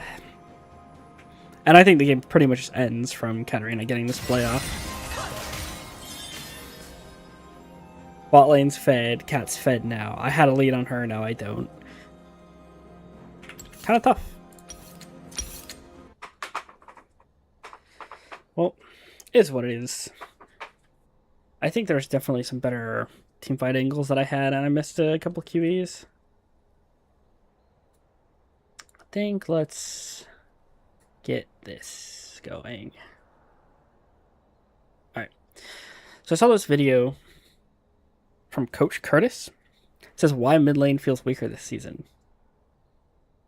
And I definitely have some thoughts about mid lane being weaker right now. So I'm going to do a quick react to it. Sort of my pre-thought is that mid lane has been getting weaker on average over time. But it's still the second strongest role in the game, in my opinion. I think after jungle, I think support's maybe like this might not make a lot of sense. I think support's probably the second most OP role in the game, just because of how much value it gives for how much I think worse the game you can play on the support role. But I do think mid's overall the second strongest. It has a lot of impact on the game, and so it's been nerfed and nerfed and nerfed over time. But you can't remove the fact that you get to be a part of just about every play. So that's my general take on it. But because it keeps getting nerfed, it feels worse and worse. Let's see what Coach Curtis has to say. For mid laners, it's a bit of a controversial one. I'm sure many of you are already losing your marbles a little bit. Mid lane feels very different. And in this video, I'm going to try and distill a few high-level concepts, ideas, things to give you a little bit of sanity, I guess, if you will, to kind of make your way through the beginning of this season and I guess direct your mindset and your attention in the right areas. So high level, guys, you know, I think mid lane has been very strong and kind of the primary carry, if not even the primary carry for the last few seasons. We've been very spoiled. Yeah, it's kind of true. Mid lane has been a primary carrier role, and now I think over time it shifted to a much more facilitative role. And I think one of the best ways you can see this is by seeing players like Faker and Chovy over time start to lean more and more into champions like Talia or Ryze that has really good side laning, even though particularly for a player like Chovy, his strength is not that. I mean, he's good at it still, obviously, but I mean, in the past, it's always like, you know, he gets 10 CS a minute and carries the game. As mid laners. And I think this has been the first season, as long as I can remember, where it feels like mid lane has definitely lost some of its power, some of its agency. And so at a very high level, I don't know what he's talking about first season, because I think mid lane lost a lot of its carry potential when they started when they opened up the lanes, and so they made it easier for certain types of mage classes to just clear waves and leave.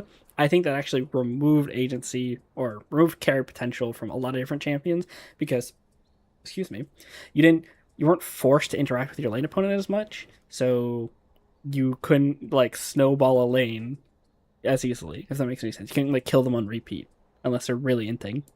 The identity of the mid lane role is fundamentally changing. And I would say, to be more accurate, it's in the process of changing.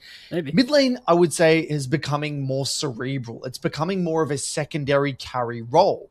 Things such as, you know, really emphasizing the usage of tempo, reset quality, playing the map, understanding win conditions, understanding your role, transition periods. These are the sorts of things that are really going to kind of be the difference maker moving into the future. Mm-hmm. And I guess as a broader conversation starter, and something that I'm going to be coming back to a lot, hopefully, throughout my videos in this year, is going to be, what does it mean to be a successful mid laner in Season 16? What sort of skills does an amazing mid laner actually have? And what is actually important?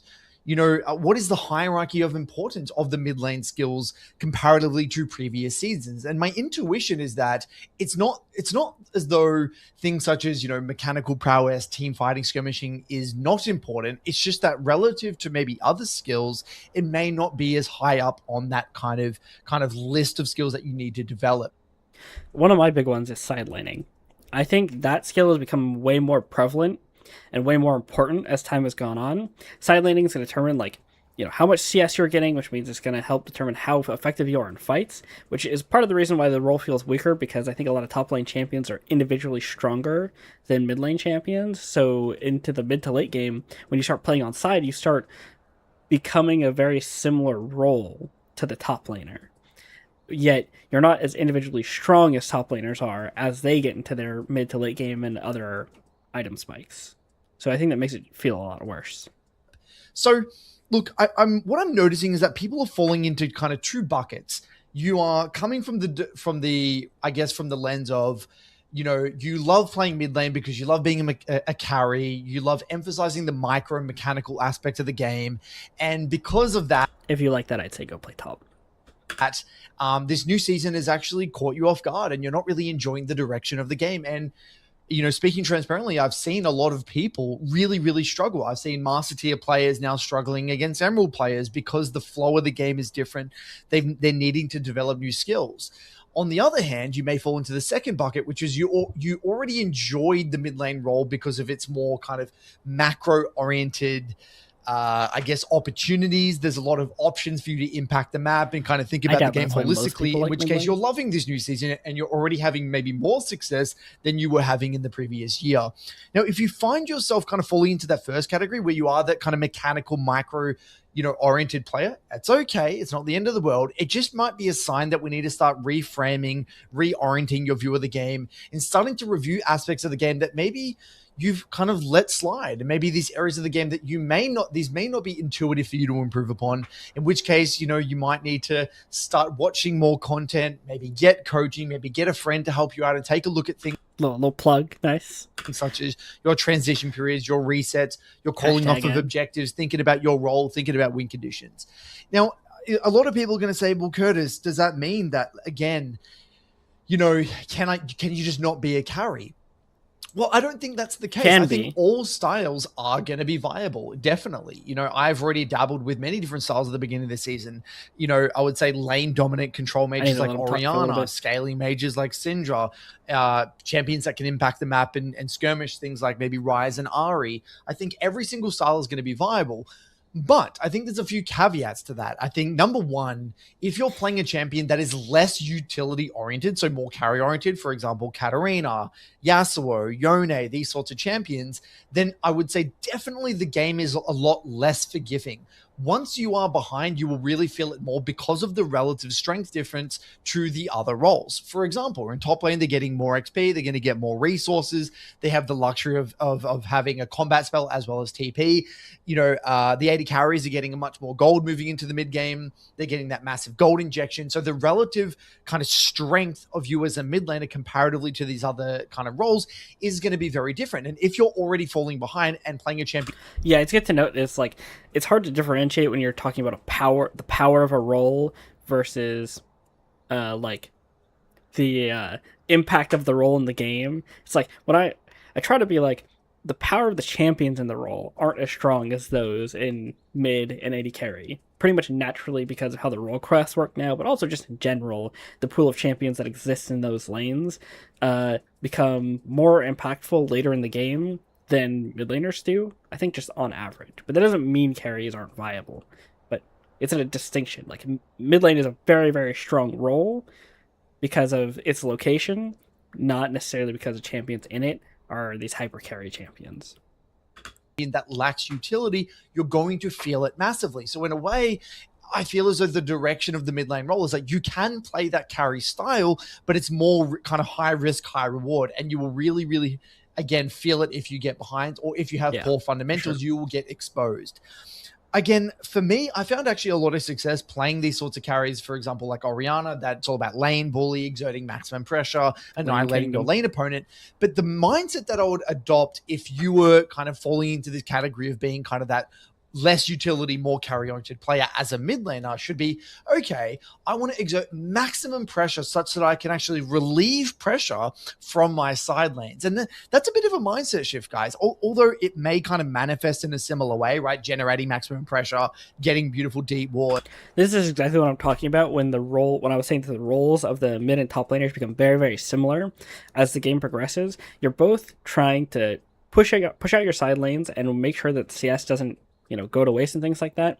But you also want to either be applying pressure hard to those lanes so that way, the enemy team is forced to answer and they can't play 5 people on mid or anything like that without losing anything. But also, you also potentially want to just shove out the wave and then join a mid play in order to pressure people off sidelining. It's kind of, you have to judge what your character is stronger at and what the enemy wants to do, and figure out which strategy is going to benefit you the most during the game. And it's a very difficult aspect of the game, in my opinion, especially since a lot of the time it's like you can't control if your team is going to fight without you on a wave. But this is something that mid and top laners both have to think about a lot, and it's where their macro starts to overlap.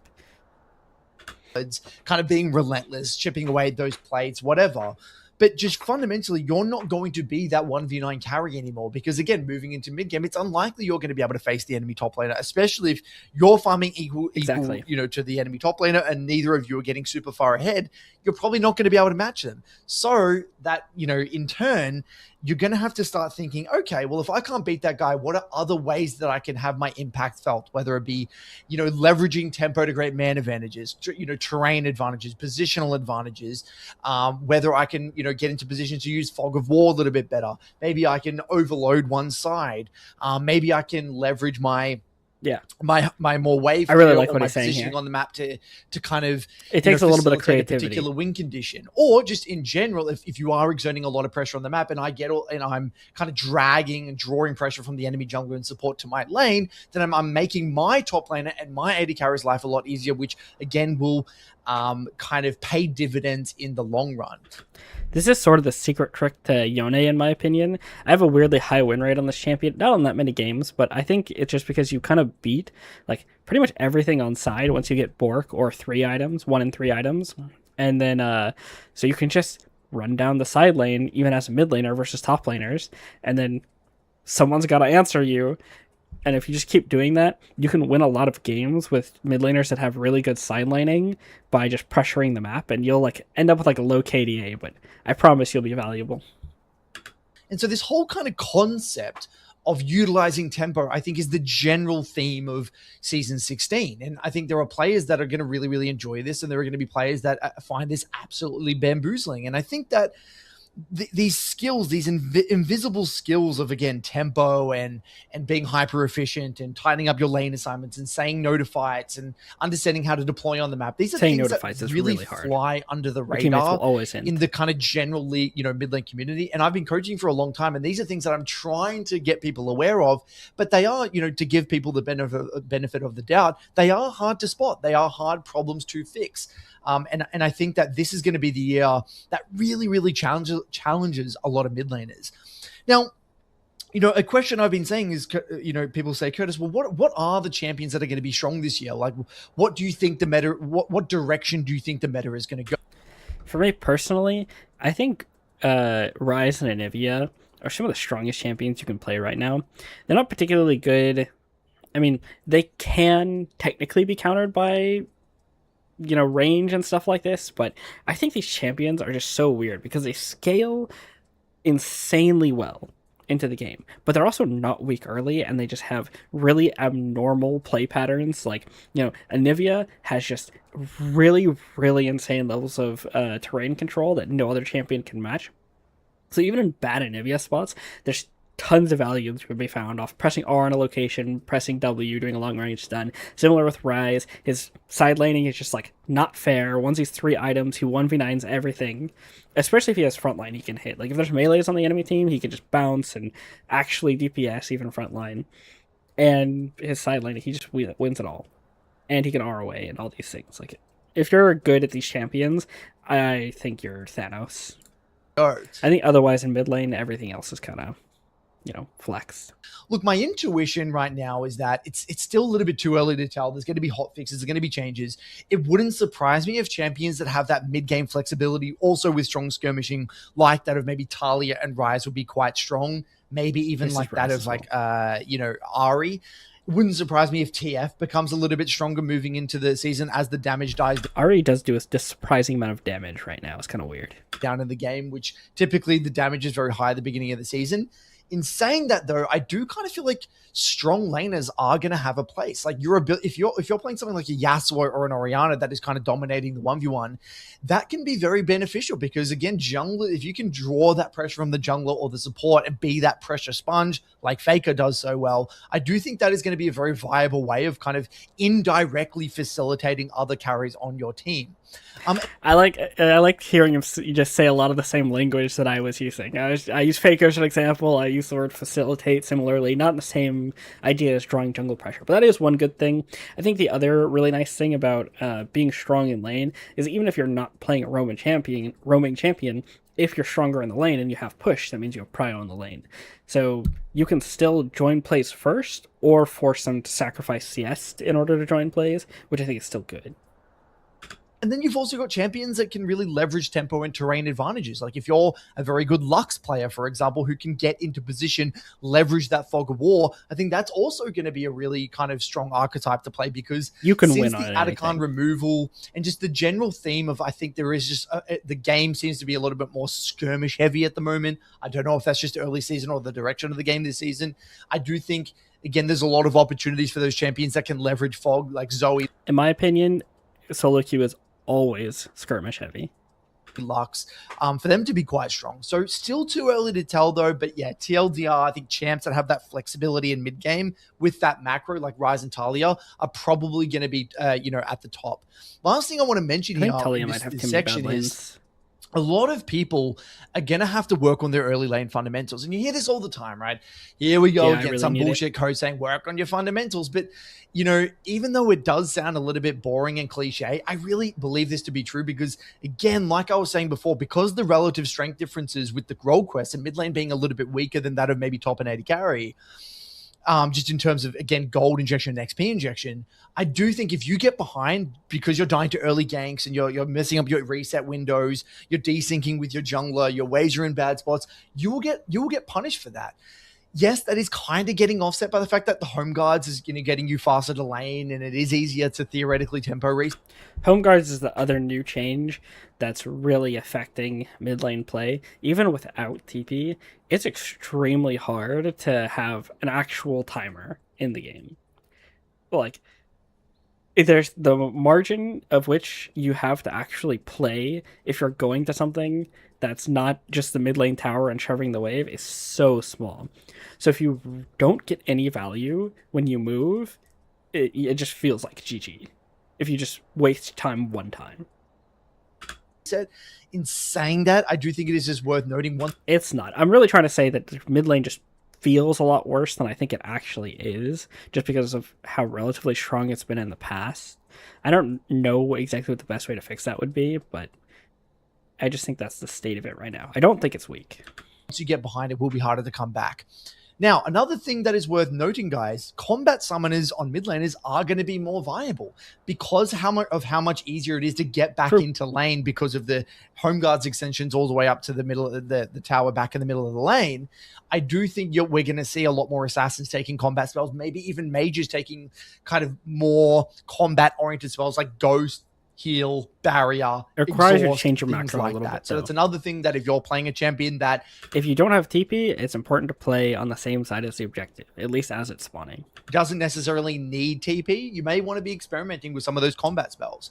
So one of the high-level things I'm also noticing is that it wouldn't surprise me if people are going to move away from the mid lane role. A lot of people were drawn to the mid lane role over the past few years It's kind of because it suffering was right that now. kind of primary carry role, and it did really feel like the difference maker. I'm not saying it isn't, but just to a different degree. Some people are going to be like, you know what? I want to be that kind of 1v9 carry. I want to have the resources. I want to be the strongest person on the map, in which case it wouldn't surprise me if we see maybe people moving to the 80 carry role, moving to the top lane role, and actually really kind of solidifying their identity as a player. And I would say over the past few years, mid lane hasn't had the clearest identity. Like when I try to think about what makes a mid lane champion or what is the mid lane role, it typically had, I would say, the hardest to describe identity comparatively to a lot of the other roles. And even though a lot of the changes Riot have made this year have been quite controversial, again, leaning, making that mid lane role leaning into a more cerebral, map strategic, macro oriented kind of approach, it does give the role more kind of clarity. It does make more sense because you are the center of the map. It doesn't actually make sense that you have mid being as strong as a top laner or 80 carry. And fundamentally, I also think it makes it easier for people to decide, are they really a mid lane player? Are they really a top lane player or an 80 carry player? I think he's kind of right. I think if you take a more like what's better for the health of the game type of view, that it's better for mid lane champions individually to not be as strong as 80 carry and top lane champions. There are some champions. I think Katarina is one of the champions he mentions. It's actually kind of like a rare example where if you win hard enough early, you can just run over the game. But I think most mid lane champions, you can't play super hard to get ahead on your opponent, because even if you're very hard on your opponent, you're still going to have to deal with an 80 carry that's, half an item up on you, or a top laner that's 1 to 2 levels up on you in fights. And so you have to just get a ridiculous amount of strength in order to actually play the carry style. And you also need your team to somewhat recognize you as the carry. It seems kind of weird, right? But I think people can much more intuitively play around an ADC or a top liner as the main carry at the moment. I think for whatever reason, people look at the way mages do damage and see them, not one-shot somebody immediately off the bat, and they're like, this guy doesn't do enough damage to carry. And really, they just need to play around, your CDs and things like this. Such that the skills are going to be clearer in what you need to develop within that role. And because mid laners aren't going to have the capacity to stat check as many people, this is where, you guys are going to have to try and find those unique opportunities in roundabout ways, leveraging those quote unquote invisible concepts I've been mentioning throughout this video: tempo, lane assignments, win condition assessment, leveraging fog wall, things like that. So I think a lot of people are going to have to really start, again, reviewing their games in differing ways. And I think that this is going to be a very challenging, a very, very challenging season for a lot of people.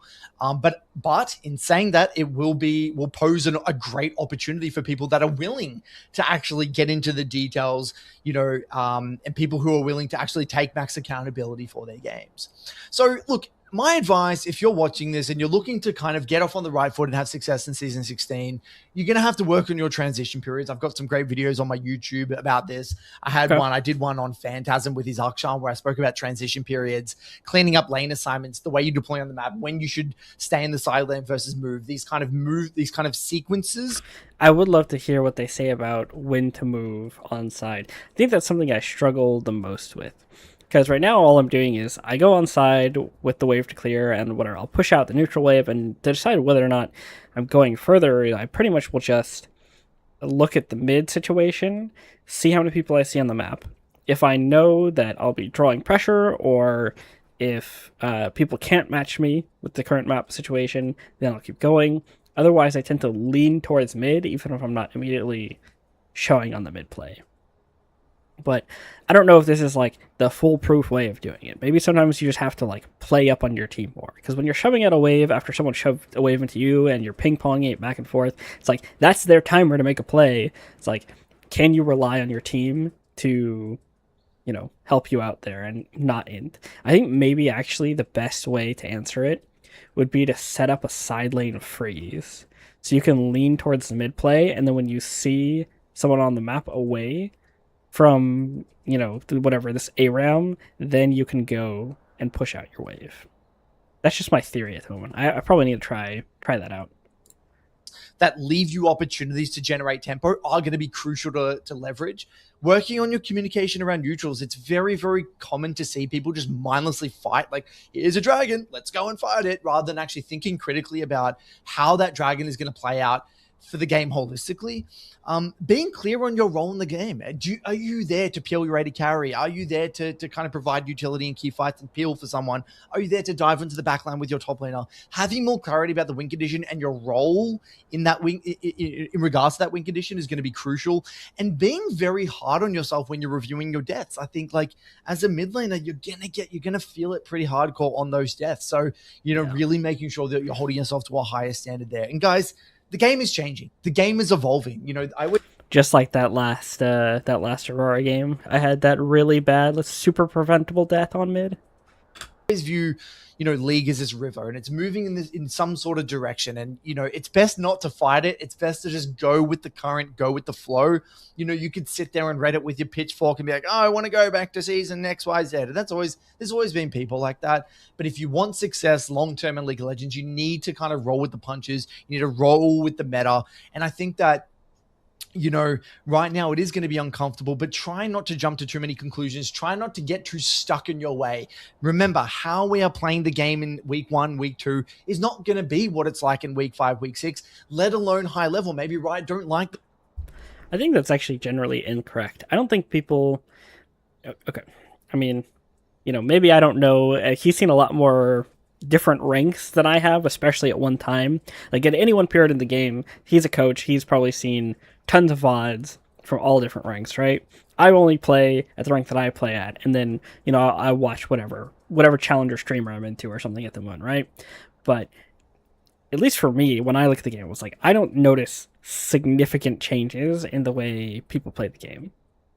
I'm like, people are still overfighting, people are still getting caught on mid, people are still, losing games over objectives they don't need to fight. Grubs and Herald are pretty fake, to be honest, but it's like people will lose their whole mind if, their jungler doesn't cross map these objectives or something like this, when it's just not worth it. I don't know.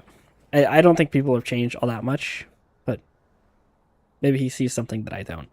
The direction that mid lane is going, and they want to. And I'm talking about like over years. He's saying people will change from like week 1 and 2 to onwards in a ranked season, and I think to an extent that might be true in like a terms of aggression or a certain level of cleanliness of play, or maybe he means the meta sets in. So I think there's some truth to that, but fundamentally, I don't think people change the way they play all that much. Revert it. Who knows what's going to happen? As of now, this is kind of what I firmly believe. So again, I try not to get too specific here because I don't want to gaslight people. It's still very early days. I'll be coming out with more content. It's also a great opportunity, guys, for you guys to get coaching. If you are struggling, you want to get off on the right foot, you want to really make sure that you're getting those clear learning objectives, know how to tighten up your transition periods, join the Midland Academy. There's a link in the description below. Otherwise, good luck on the Rift. I'll see you guys around. Cheers. Yeah, I definitely agreed with most of what he said there. I think my only thing is the kind of the thing at the end where he's like, I don't know if people really change the way they play all that much. I would love to hear his thoughts on moving from side, because I can't find anywhere good information on how to, make the right call. Maybe it's just like, maybe I have it right anyways, and I just need to stick to my call anyways, and I'm just like, not playing to my team enough. I think maybe my laning in general is pretty weak, my fundamentals of lane. So maybe that's what I would need to work on more. Either way, not trying to ramble on. That was a good video from Coach Curtis.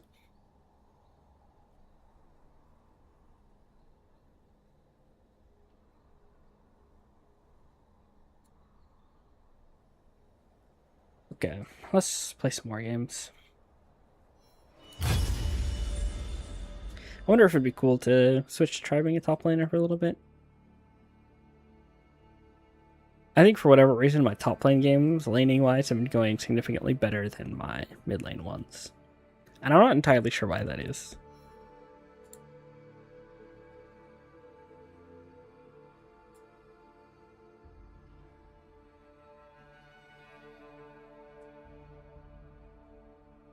I'd almost be down to pick up more Rise or something. I don't know about Anivia. I think I just get bored of that champion sometimes. I think it's not fun to sit there, press R on the wave, and leave. And sometimes people will int. That champion does tons of damage with Electrocute early on. I don't know. I think I might get too bored if I play Anivia. It's just fun sometimes.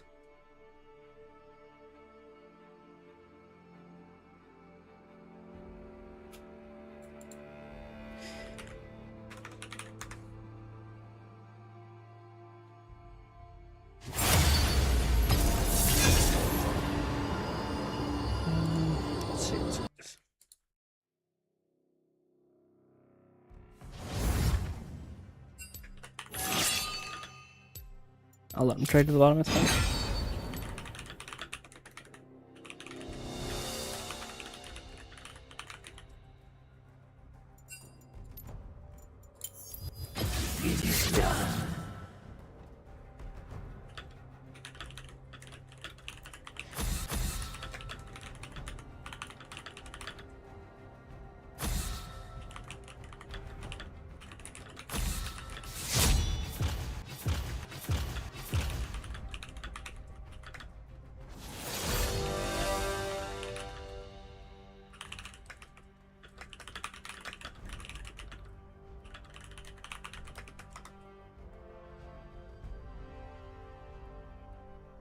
Bought Nunu. Surely not, right?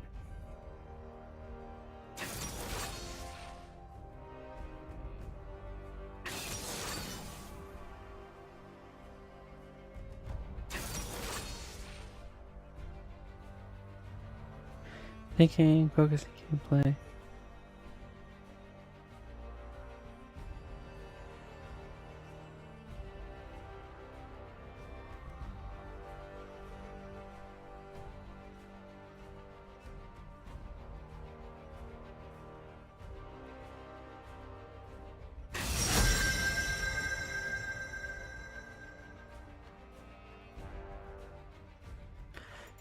Let's see. You want to play? Man, they have Smolder Milio. Kind of a tough game. I'm kind of down to try out that Rise game. I'm kind of a decent AP already, though. I don't want to play something that gets cooked, though. I don't know what's up with this bot lane thing. So I'll pick an 80 carry because we don't have one.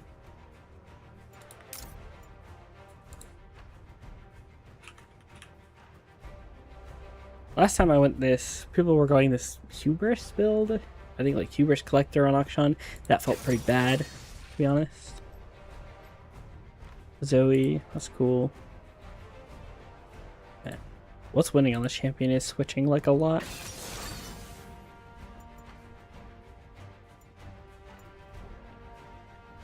Sarah. I wonder why Revitalize. That's interesting. I don't think I'll end up going Revitalize. Having to play the Teemo is annoying.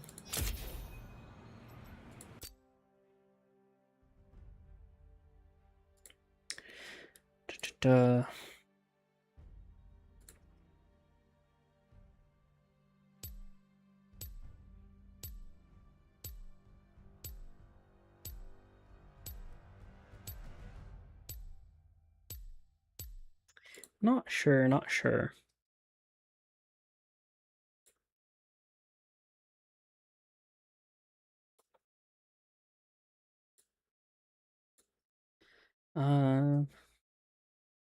Yeah. Oh.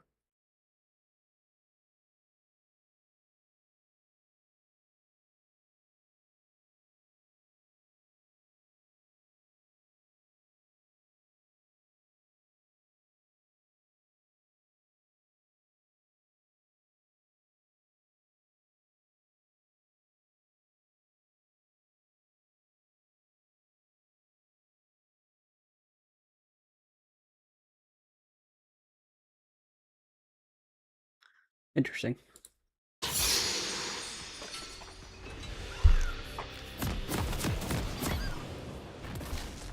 Thinking it's there. It's kind of annoying. I should have. Oh, Torrent Shield? Probably not. I wonder if I should have taken TB. Welcome to Summoner's Rift.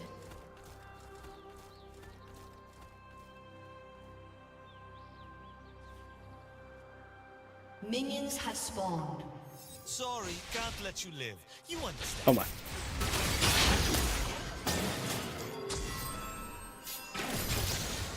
I won the trade. GG. I wasn't even actually here. Oh no. You got hit by the Q. I hate shooting them in the back. I don't get to see their surprise.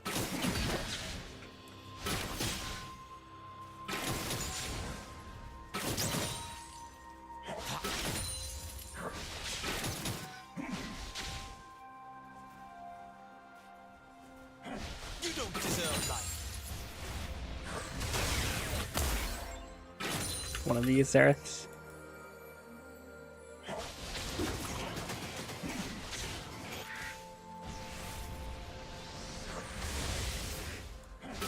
Two types of Zereth. They throw their abilities, every ability on the wave or every ability at you. There's no in between.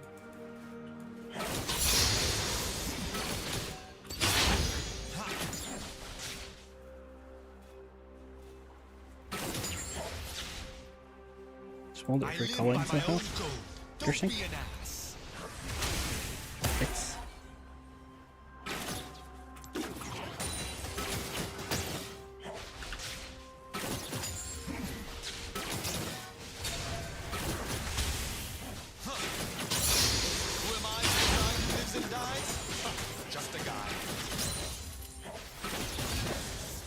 Yeah, I think I just want to get this in and take a base, to be honest.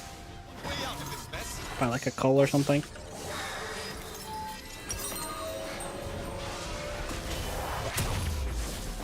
Five, four, three, two.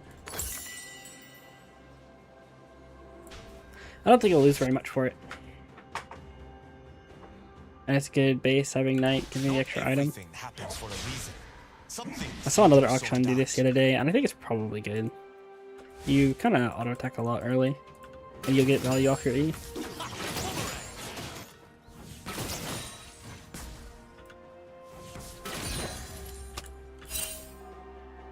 Confess. All in the wrist.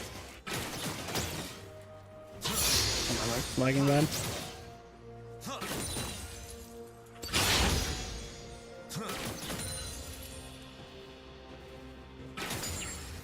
I do not break rules. I bend Nice, them. big. Ever so I slightly. didn't get much out of a plate there. It's maybe...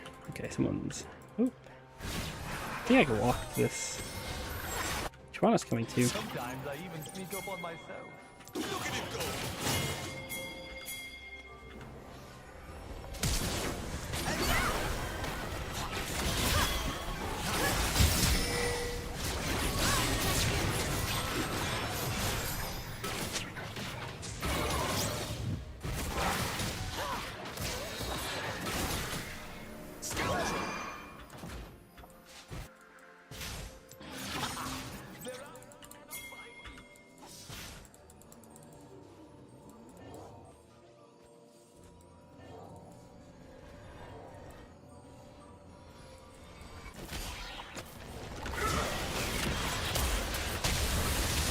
Watch it fly.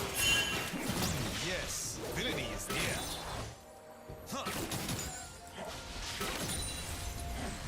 Damn, that's fine. I have a base now. Ah, my team just like didn't realize how strong I was, and just played really far back. And we boots refill here.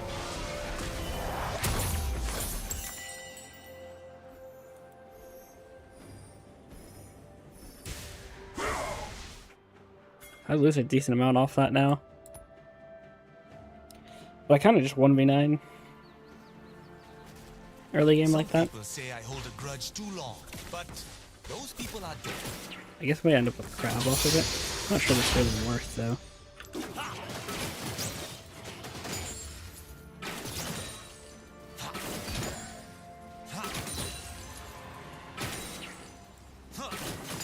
He who takes a life bears its mark on his soul. Shwana's leaning towards top. No reward or anything. Not much to do at the moment, unfortunately, I don't think. Boomerang! Curse this nagging conscience of mine. Two types of players.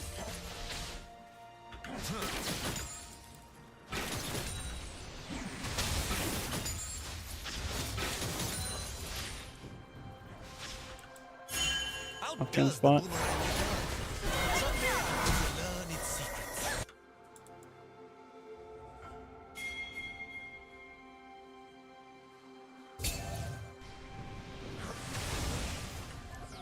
Hold in the wrist.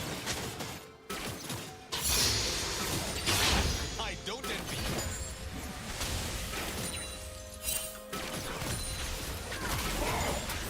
I like that, and it kind of saved me from getting hit by the spell.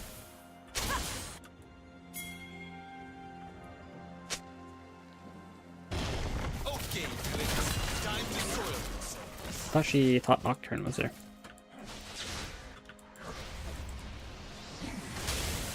Look at it go.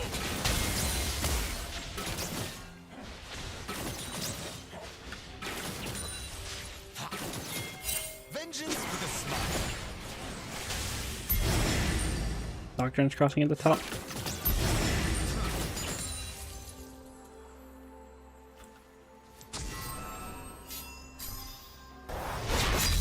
He's basing. I just shoved this in.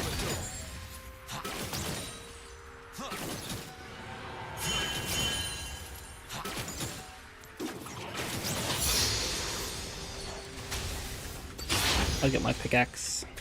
Right there. base, get a pickaxe. I'm pretty sure I should be just really strong in this game overall, barring like a Teemo being really OP here. Yeah. I just need to play really well on my first and second item timers because I'm going to be really strong on those.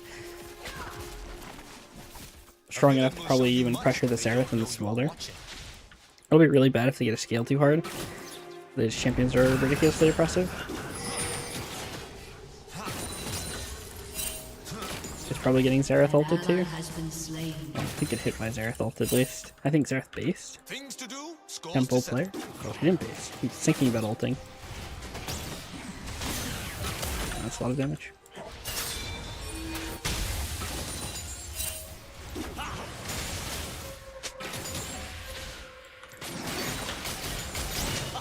The thrill of going where you're not supposed to.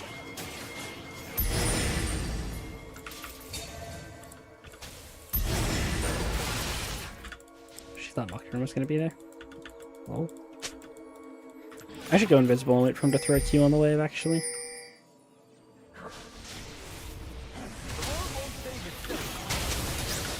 He ended up throwing 2 abilities on the wave.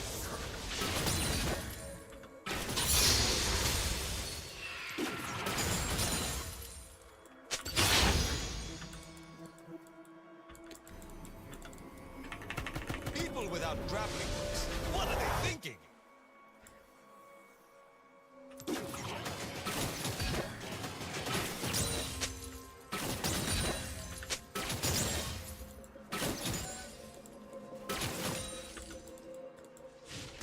Some people deserve a look blow.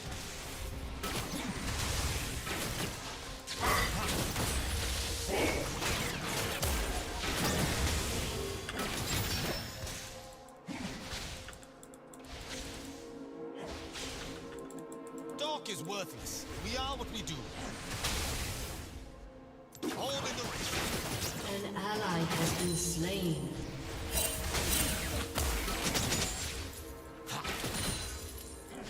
Kind of dangerous for me to be here. Look at it go. How well Not playing I know that the aggressively, I silence guess. of a lonely life. I come and go at unpredictable times. Okay. That is Akshan's thing.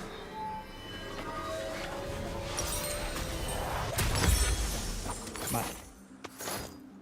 Some of these mid lanes, man, they're just so incredibly ghastly boring. I hear Xerath is the missing, so he crying probably out drop for bot the vengeance. ult. I am coming, friend. No, he's just basing again. This guy's non-stop basing. Has he even ulted yet? Maybe he's not actually much of a Xerath player. He just like picked it because he thought it'd be good in Akshan. Which is like fine in Akshan. A scoundrel left alone will always be a scoundrel. Just wait for my Q. Watch it fly. And Nocturne's first item. I guess I bought a Cole, so it's to be Some expected. people just don't want to I'm a pay little with bit their behind on first item, lives. and boots actually. And my first time's more expensive actually. This build's kind of expensive. It's like the only thing with it. But I think you just spike really hard on 1 and 2 items, which is pretty good for Akshan. I don't know where Xerath is. There it is. Missed the slowed Q. Can't play too far up, right? Because he can army. Where's Nice place. gameplay? A lot of things to swing from.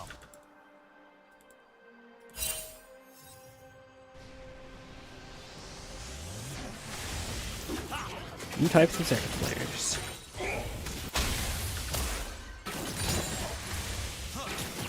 Who's been naughty? Look at it go.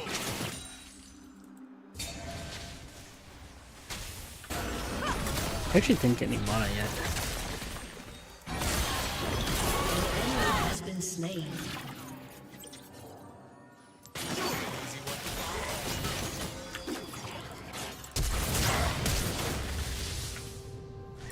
I knew he'd flash, so I flashed there. Let's get the trade flashes for me. Watch it fly. General rule of thumb, if you have mobility and they don't, it's pretty good to trade flashes. defenses. I wonder if there's a way you can properly swing out of that. I kind of gave them an angle to trade something back. I wonder if you can swing out of that. I actually don't know. I feel like no matter what angle he comes from, he's going to end up in a position where it's going to cancel your swing. So maybe you just have to go as soon as possible. I don't think she can hold the wave, unfortunately. Looks like she might try.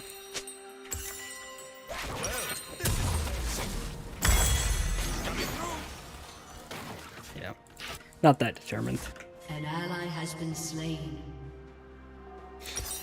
Alright, we're gonna go into Storm Razor now.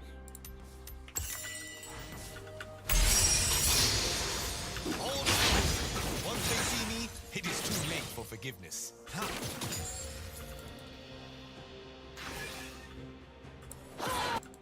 Lot spacing, so there's no play there. I want to do something. I want to do something on the map, but I can't find it. Maybe it's top lane, but I kind of didn't want to interact with Teemo, to be honest. We're crushing this guy in CS, I guess. Which maybe that'll do for now. Doesn't change the fact that he just blasts me. Actually, getting red buff would be pretty huge. That's not a good thing to get hit by. Just desserts coming right. No.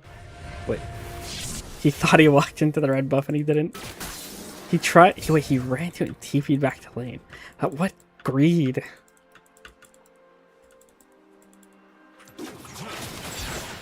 I once knew someone who followed the rules. Bad. She's dead. Bad. Wait, okay.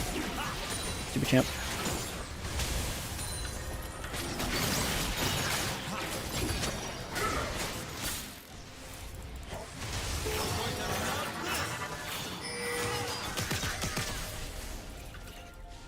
All I get is turret damage.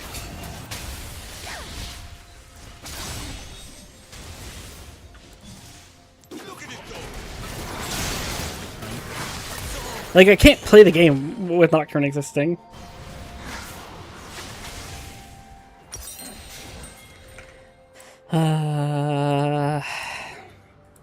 Everyone's going these. It's fine.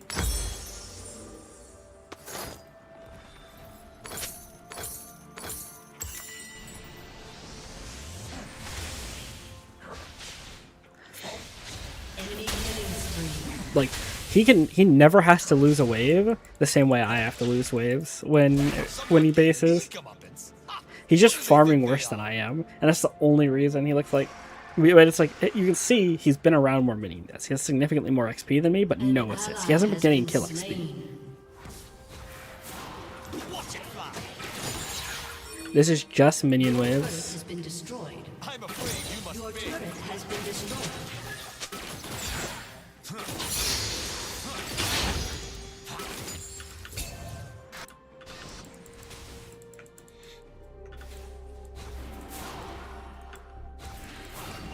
Death, I laugh I don't at know. death. I feel like I should be playing really greedy. When I look at my team, I think me and maybe Shiv, like, those are win cons. Like, I don't think this new Lux bot lane is going to carry. I think they're here for utility and to, like, cheese the smaller lane. Sometimes fate just needs So I really wish I had some amount of people playing around me. But no, I'm not getting hovered for Nocturne ults. We're not ulting this guy under tower.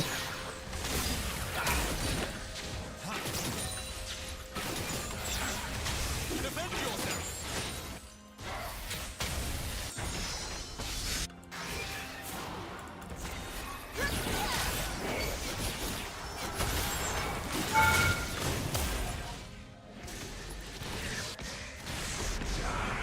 Okay.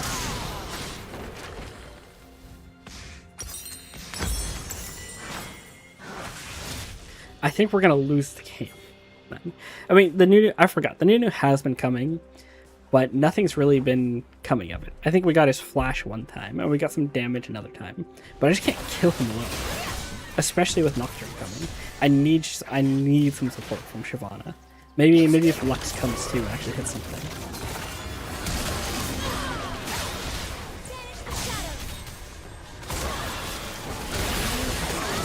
No shame in starting over. So I tell myself anyway. To the shadows. An ally has been slain. An enemy has been slain.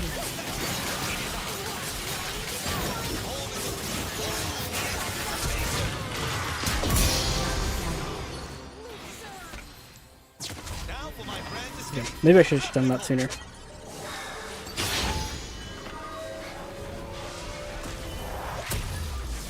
Teemo's kind of strong right now, or sorry, weak right now until he gets that Shiv on his build, so maybe I should have been trying to abuse him while he's shoving in my Yorick. Maybe I'm just being stupid. Important to stride into the wind, so the case Nice kill.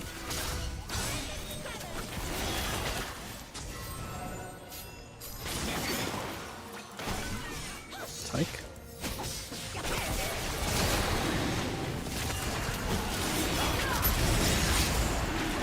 I don't think we can lose this, right?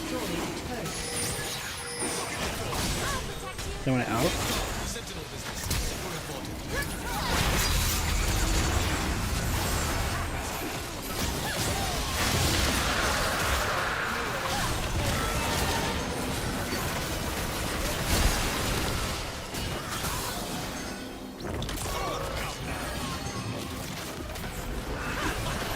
It's gonna be on me, isn't it? No, it's on me.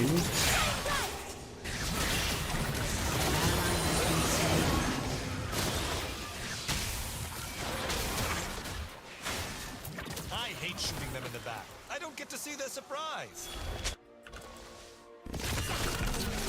We got it. So we're on soul point now.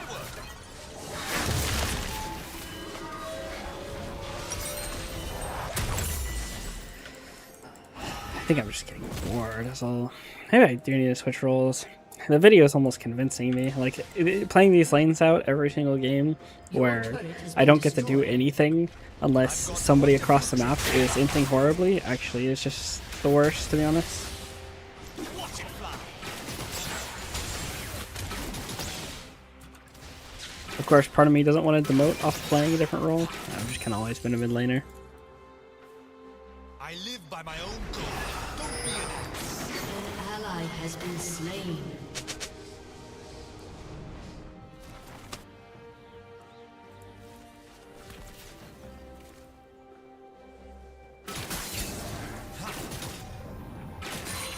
Who am I to decide who lives and dies? Ha, just a guy.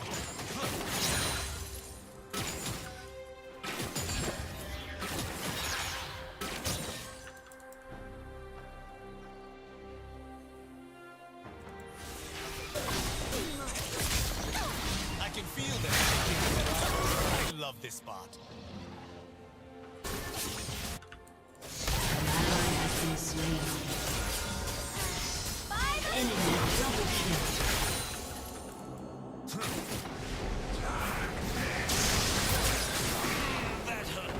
Down. I'm just eating every Nocturnal. Your turret has been destroyed.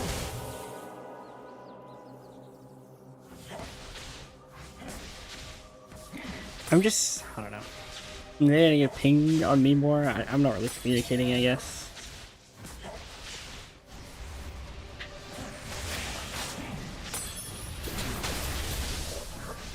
Gold or something.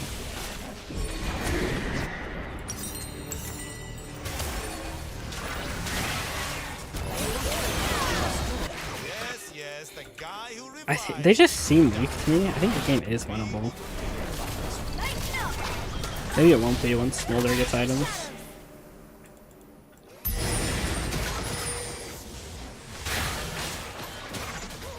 Not items, stacks. Well, both. Doesn't really matter.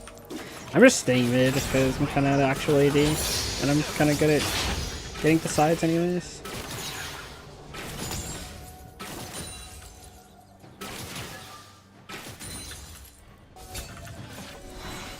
I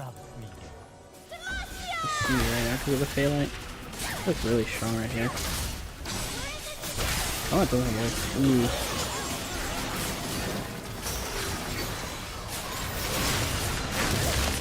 I'm dead. I'm not dead? Yeah, sure. Oh my lord, I only did 2. I got the res. We'll take it. He got like a shield or a heal or something, but I got the res, I got the shutdown. An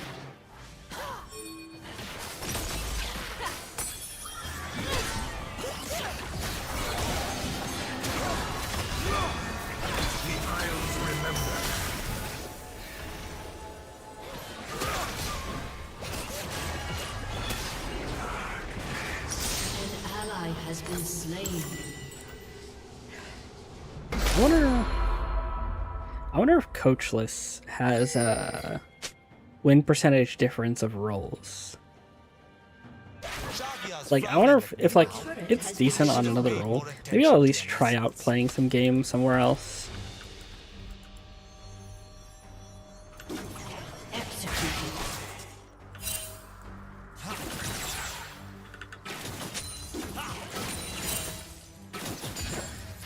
He who takes a life bears its mark.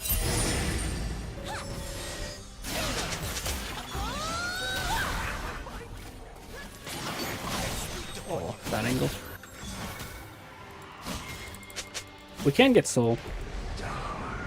I don't know where this ult is.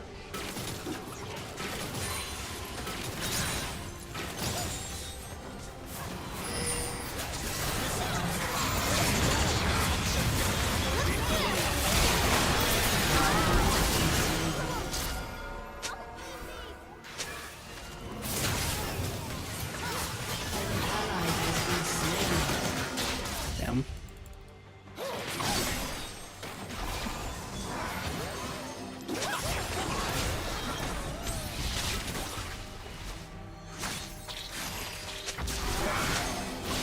Curse this nagging conscience of mine. Enemy rampage.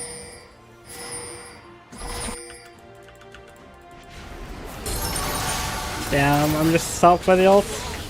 Action got his ult back up. He has Axiom Arc. He's one-shotting everybody.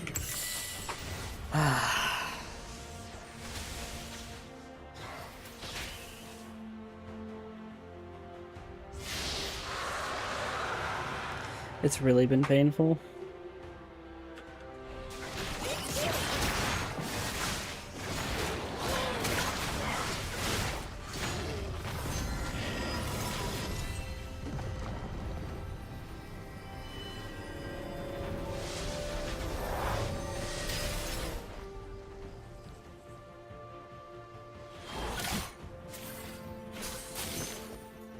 Doesn't look like they're Back hitting. at square one again. Let us proceed to a better square. Oh, I just don't know what to do. I'm really weak right now. Maybe a trap or something? I think maybe if she has a binding we can kill. That's about it. He needs to get full comboed somehow. Okay, villains. Time to soil yourselves. Can't walk at him.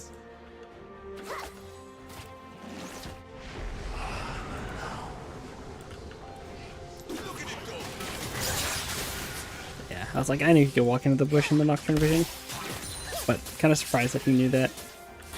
A villain will show you much when they don't know you are watching. I gotta let him take the one plate tower. Show me someone, you know.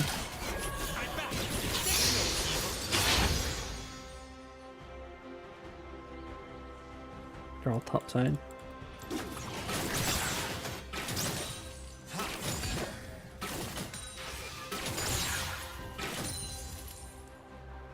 Can't play anywhere. It's a sad thing.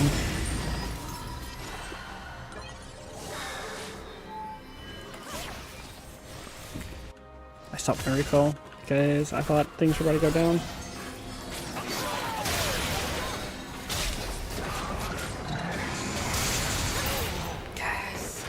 Yeah, there's no walking up at all. I didn't have time to do any damage to the small there. An ally has been slain.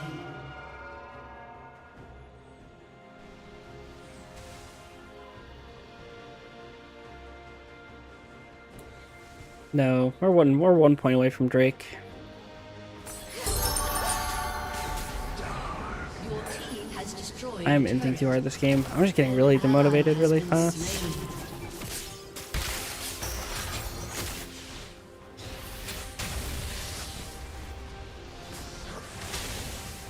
Guy stays for a bit longer.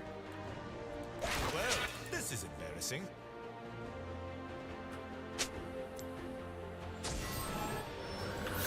Your turret has been destroyed.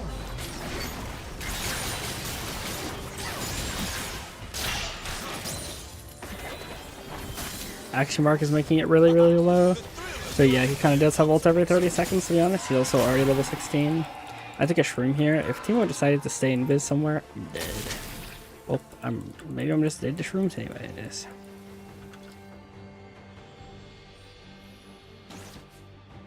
It's as fun as it looks.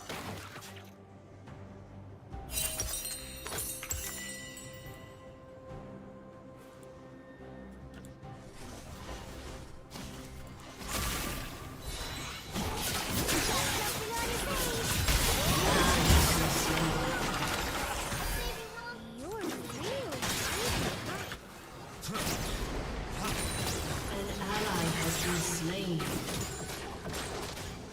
Your turret has been destroyed. Keeps in the base. Ending the game. What are they thinking? Your inhibitor has been destroyed. Your inhibitor has been destroyed. Anything. Let's get auto. Yeah. I don't know. I think I might be into my own head. An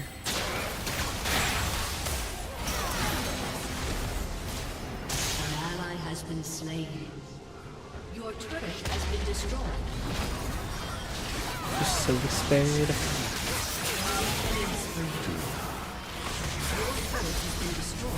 It's hard to play just the game for so long when there's nothing happening and getting bored.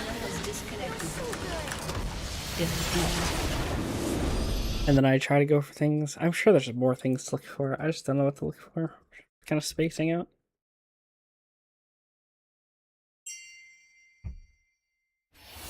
That's tough, to be honest. I'd appreciate it if it didn't. It's gonna take 2 games to get back in as well. That's so tough.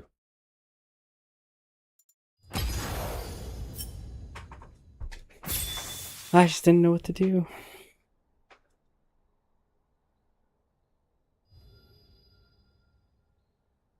Let's look at something real quick. Coach list.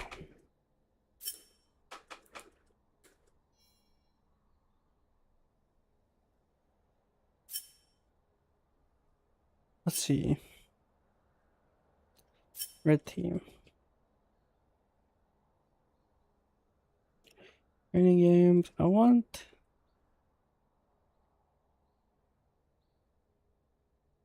I want to see the breakdown by role, preferably.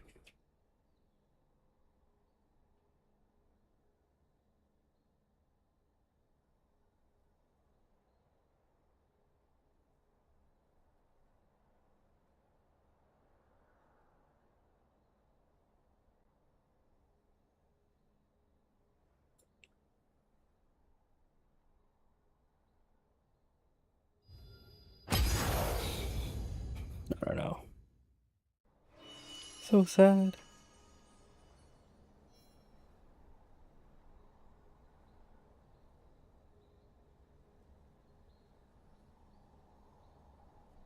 Maybe I switch to some Slay the Spire or something.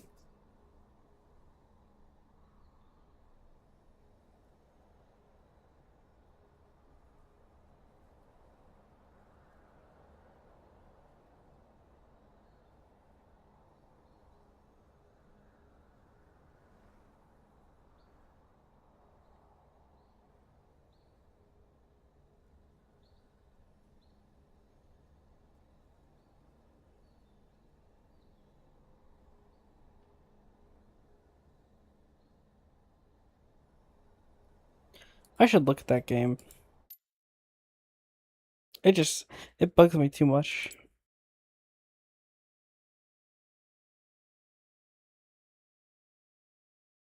Most games are just kind of useless in AFK in all of them.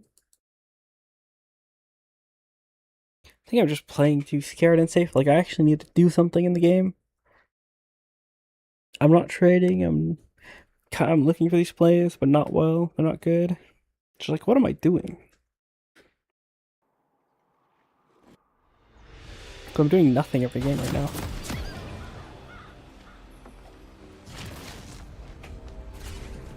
Welcome to Summoner's Rift. Minions have spawned.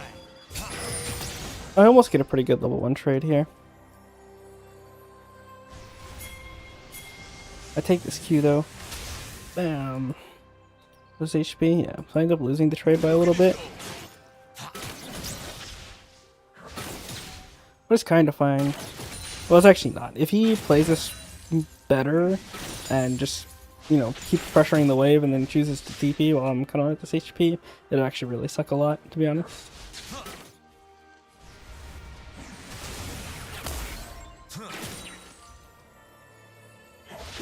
Otherwise, it's in a bit of an awkward spot. Oh, it's fine. It's pushing into him.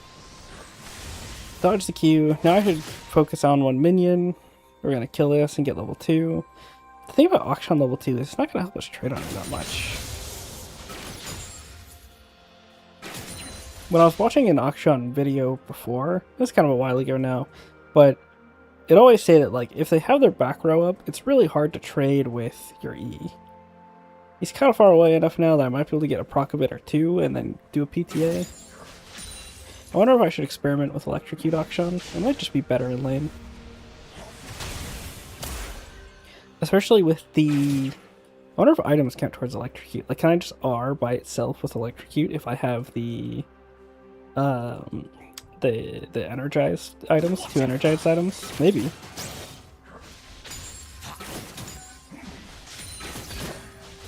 This is fine, it's just some farming.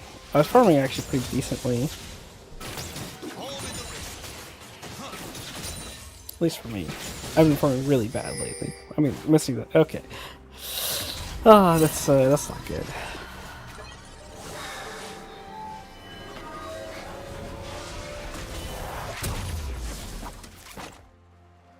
Show me.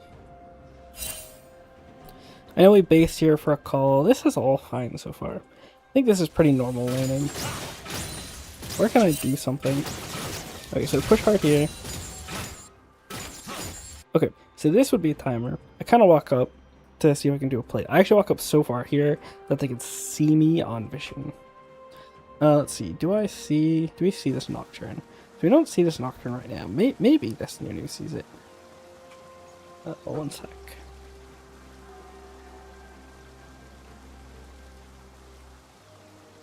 People are doing well. Oh, just Mother Flame.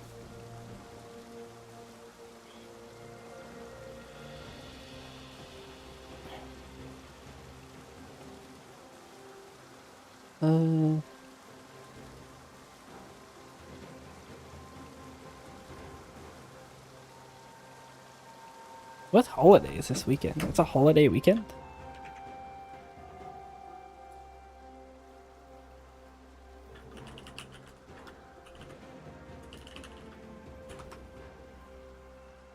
Memorial Day. Ah.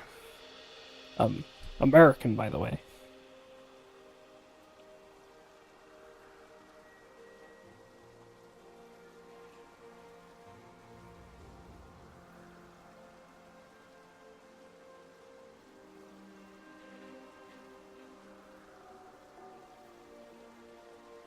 Huh. Okay, wait, back to this.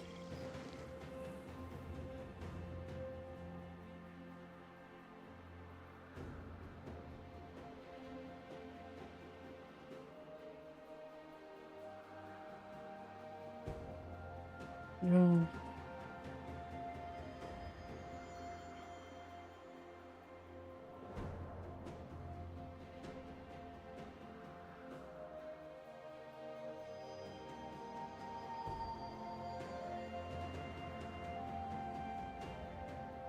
That's fine for now. Okay, back to this. So I could technically move towards bot. Teemo's dead, so there's no play there. I'm pretty sure I don't have ward up. Let's see. Yes, I don't have my ward up. I can move towards bot. Or I could technically take a base, but I just came off. I cold, pushed one wave, and now I'm here. So I'd be basing for refill. what do I end up doing? I end up walking towards bot, so I end up seeing Nocturne. I see this is just situation down here, and I think I end up sort of fighting him off the crab. Yeah. Okay, guys, this is an actual play. So I swing. It's kind of not a good swing. I think a lot of my swings aren't that good. Flashes out away from there, so I switch back to the Nocturne. This is fine. So they're backing all the way off because they're low health and mana. So they're actually not any use here. So I'm just walking to this 1v3 really. Which, low-key, I think I can win. Because I'm just so much stronger than they are, and I'll have E back soon. Or I'll be back kinda soon. And I've got Ignite and Flash. But I ended up not being able to get anyone. I think if I'm good at the game... Okay, I knew Smaller might have sums, so this is why I'm not flashing on him here. So yeah, this play turns into nothing. I shouldn't go into this 1v3. I think there's nothing to be gained off of it. I noticed Nocturne trying to fight Shiv. We still get the crab. So I try to get a trade on him by going over here. I noticed Nunu here a little late, but Xerath ends up seeing him on all their river vision, and so there's no way he's ever getting hit by this snowball. I still end up taking the trade. Yeah, I get hit by every spell. I think I just end up pushing this to the best of my ability and basing. But kind of fine. I don't think I end up in a bad spot after this. Like a little bit of XP down, but he ends up trying to shove the wave instead of recalling and let it push to him. And so I end up in a pretty okay spot here. I shall perform your rites.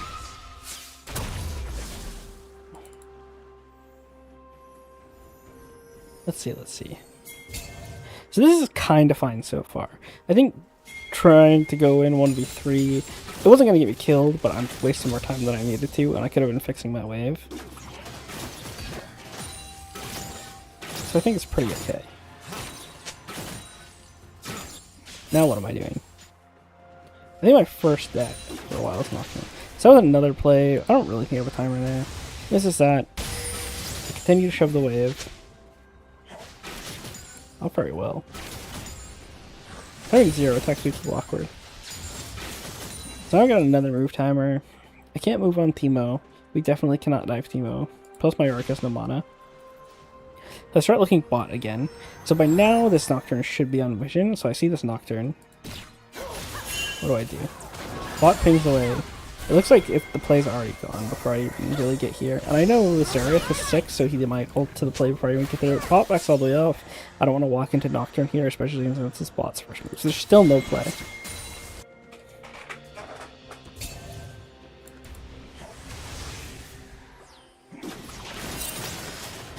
Cue the wave. Keep pushing, keep pushing.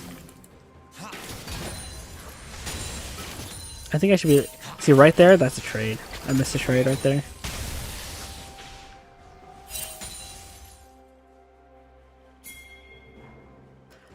G thought Nocturne walked into her blue buff for whatever reason.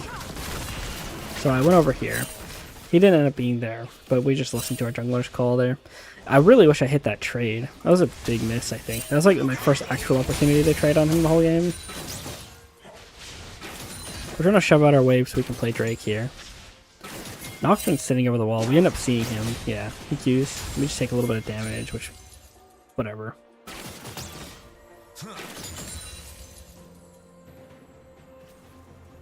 Okay, we have everything for the Drake. I went over the wall. We saw Nocturne lean towards top anyways. He recalls and TPs. I shove the wave and probably take a base. I think I have my pickaxe when I base. So for the most part, I think it's just fine. We missed trade. But other than that... Okay, yeah, we got our pickaxe. Coming back to lane.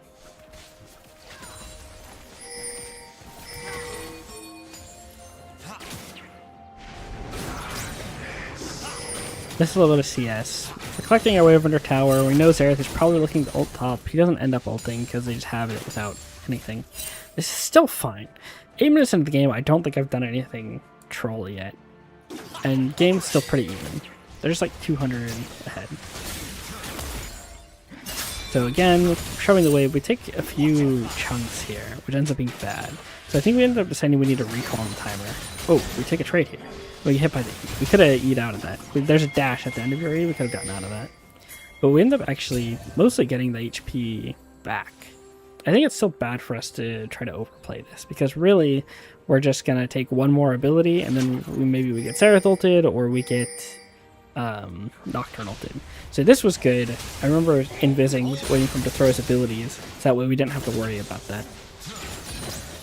I should do stuff like that more often. If I don't get hit by it, I just push the wave. This is still a base angle.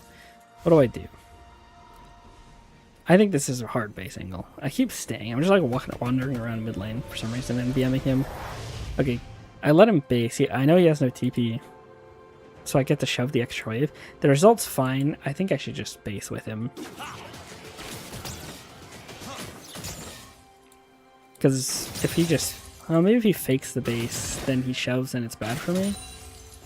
Maybe this is actually fine. I mean, like I said, at least it ends up fine. This isn't a big deal.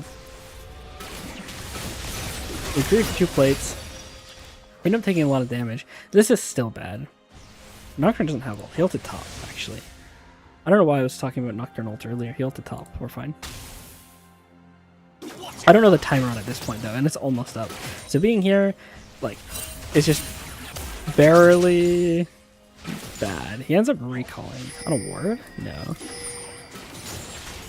We agreed to stay, and it ends up being fine. We're actually kind of rewarded for that grade. So there DCs here. Wow. And so we actually get a shove into our tower. He could have just like shoved the next wave and we would have lost more. But he ends up DCing. Kind of crazy, actually. Still, nothing's really happened. We're a few hundred gold down just from like some small plays here and there, maybe CS somewhere. Yeah, Minu's obviously losing CS to the Smolder. And Yorick is obviously losing CS to the Themo, but I'm up. And Shyvana's up. But they have 2 kills. I think they have the first blood as well. So man, he has his Hydra here, which was pretty crazy, but Shiv has the first item as well. So now here we're like, we don't know what to do. Nunu is base, so there's nothing to do bot. Xerath finally comes back. Yorick is collecting wave under tower. We take a ward. I don't see any other place still. We shove the wave as fast as we can. Xerath is back now. He wasn't gone for that long. I gotta play like 2 waves for free, and there didn't seem to be much to do. We got our cannon, Pog. Ended up taking the auto there. Wasn't really worth taking the W, to be honest. But it's not the end of the world. Now we're running around again. Still nothing to do because enemy bot's based. Actually, okay, so there actually was a play here. What we can do after we shove that wave is we know that our bot is back in lane and that their bot is going to come back and collect this wave under the tower. So what we can do, I mean, it's hard to notice this in game. It is kind of a higher level call, but we Shyvana's bot side with ult and flash and everything. We can go dive bot here as 4-man. This is actually the correct play. The only thing is they can respond with TPs and ults, but I think it probably just ends up good. I think we're so much stronger than them early game that we can just get away with it. Like Smolder, Milio, what are they actually going to do? Even if the Nocturne and Xerath ults come in. I think this is a really good play if we do that. But I need to be way more on top of it. That's like the first play, aside from the other trade, that I think we've really missed. So that's the big thing, the bot wave right there. We know they're going to come back to the tower. Nocturne, Emilio's pinging on his way. Interesting. Kind of tried to take a trade there, but I didn't find anything. I think maybe if we position better for a swing, there's a trade. So now we're looking to dip bot.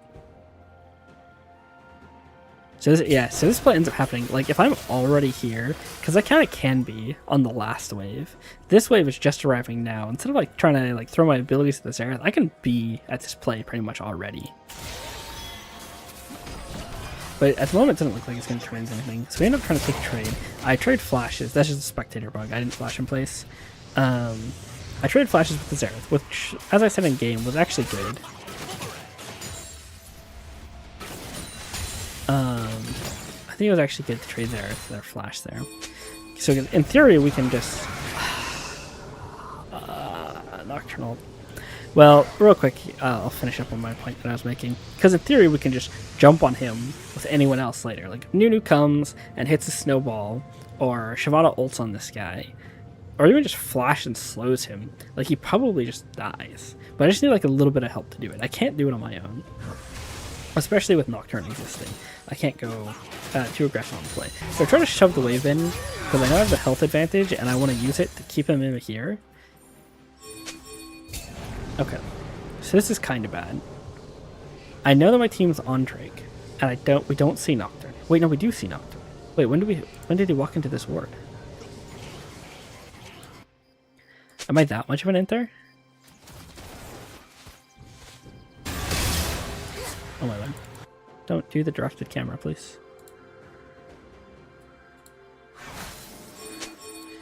Oh my lord, he's on the ward when I walk up to auto the tower.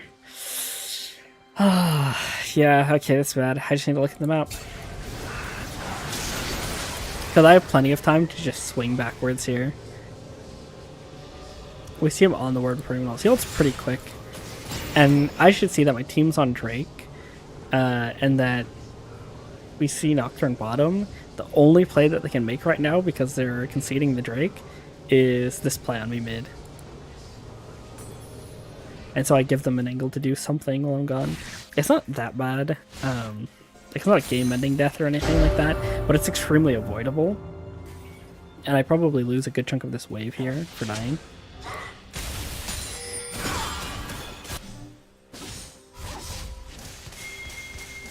Yeah, actually I lose pretty much the whole cannon wave for dying here, so that really sucks. It was a completely unnecessary death. The game is still playable. Nocturne's a little bit fed, but other than that, game's really even. I mean, Teemo's really strong, I guess. How's this guy? Probably like 300 total gold up. I feel like it should be more. Take a Q there. Still not much to write home about. I should, at this point, what I should be doing is pinging for plays onto this Xerath, because I know he still doesn't flash. I solo burn this guy's flash. Nocturne came and did a kill. Nocturne's not going to have ult for a second. I should have been doing this earlier, probably even as soon as the last wave. But I should be calling for this guy's death right now. Game's still not out of control, even 13 minutes later. I end up getting this red. Weird Yorick TP, doesn't matter. I've double buffed, which is really good. I shoved away. I messed up my Q there, which sucks, which means I'm slow on chugging out. Unit comes in, he misses the snowball, so we don't get the kill. I think maybe if I don't get hit by the stun there and I insta-channel R, there's something. If I'm just quicker on the trigger. Lux misses it all. This is just a disaster play. He should be dead, but Nunu misses the ability. And like I said, maybe I can kill if I ult sooner. He might get behind the tower before I can get enough charges to kill him, and I don't think I'll have my Cyclosword added onto the ult when I do. We might die for that. And then I end up dying immediately after because I wanted to push the wave.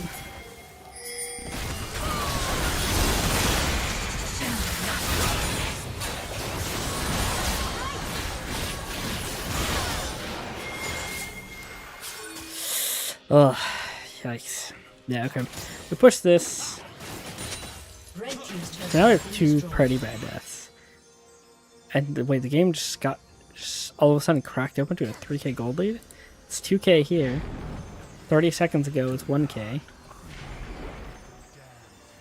1k. In 1 minute the game exploded? Alright, hold on. I need to pay attention actually this time. So we didn't kill a Xerath. Really sucked. So this is going to be 300.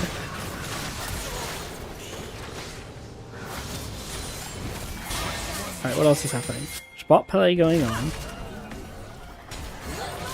So the game kind of explodes to 1,000 right here. I think because Teemo just killed a wave, I just got killed, and Xerath just killed a wave. Let me make this play. It's not going too hot. Man, we're actually just missing every play.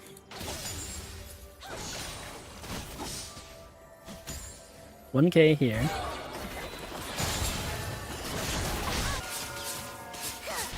Yorick dies to Teemo, so I assume this turret goes down.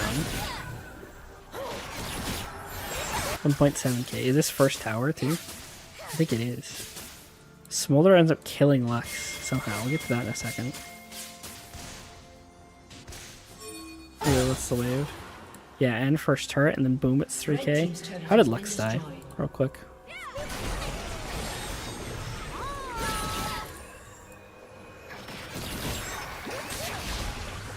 She just walks up and then misses every ability and then dies. Alright, nice. What do you do? I mean, like, really? Like, the game was just perfectly fine and even. I mean, it's not perfectly fine and even, by the way. An even game here is extremely losing for us.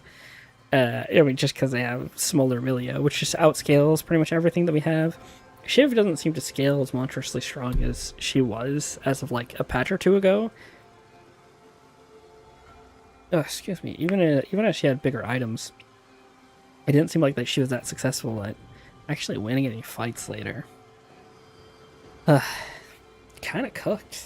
Kind of cooked.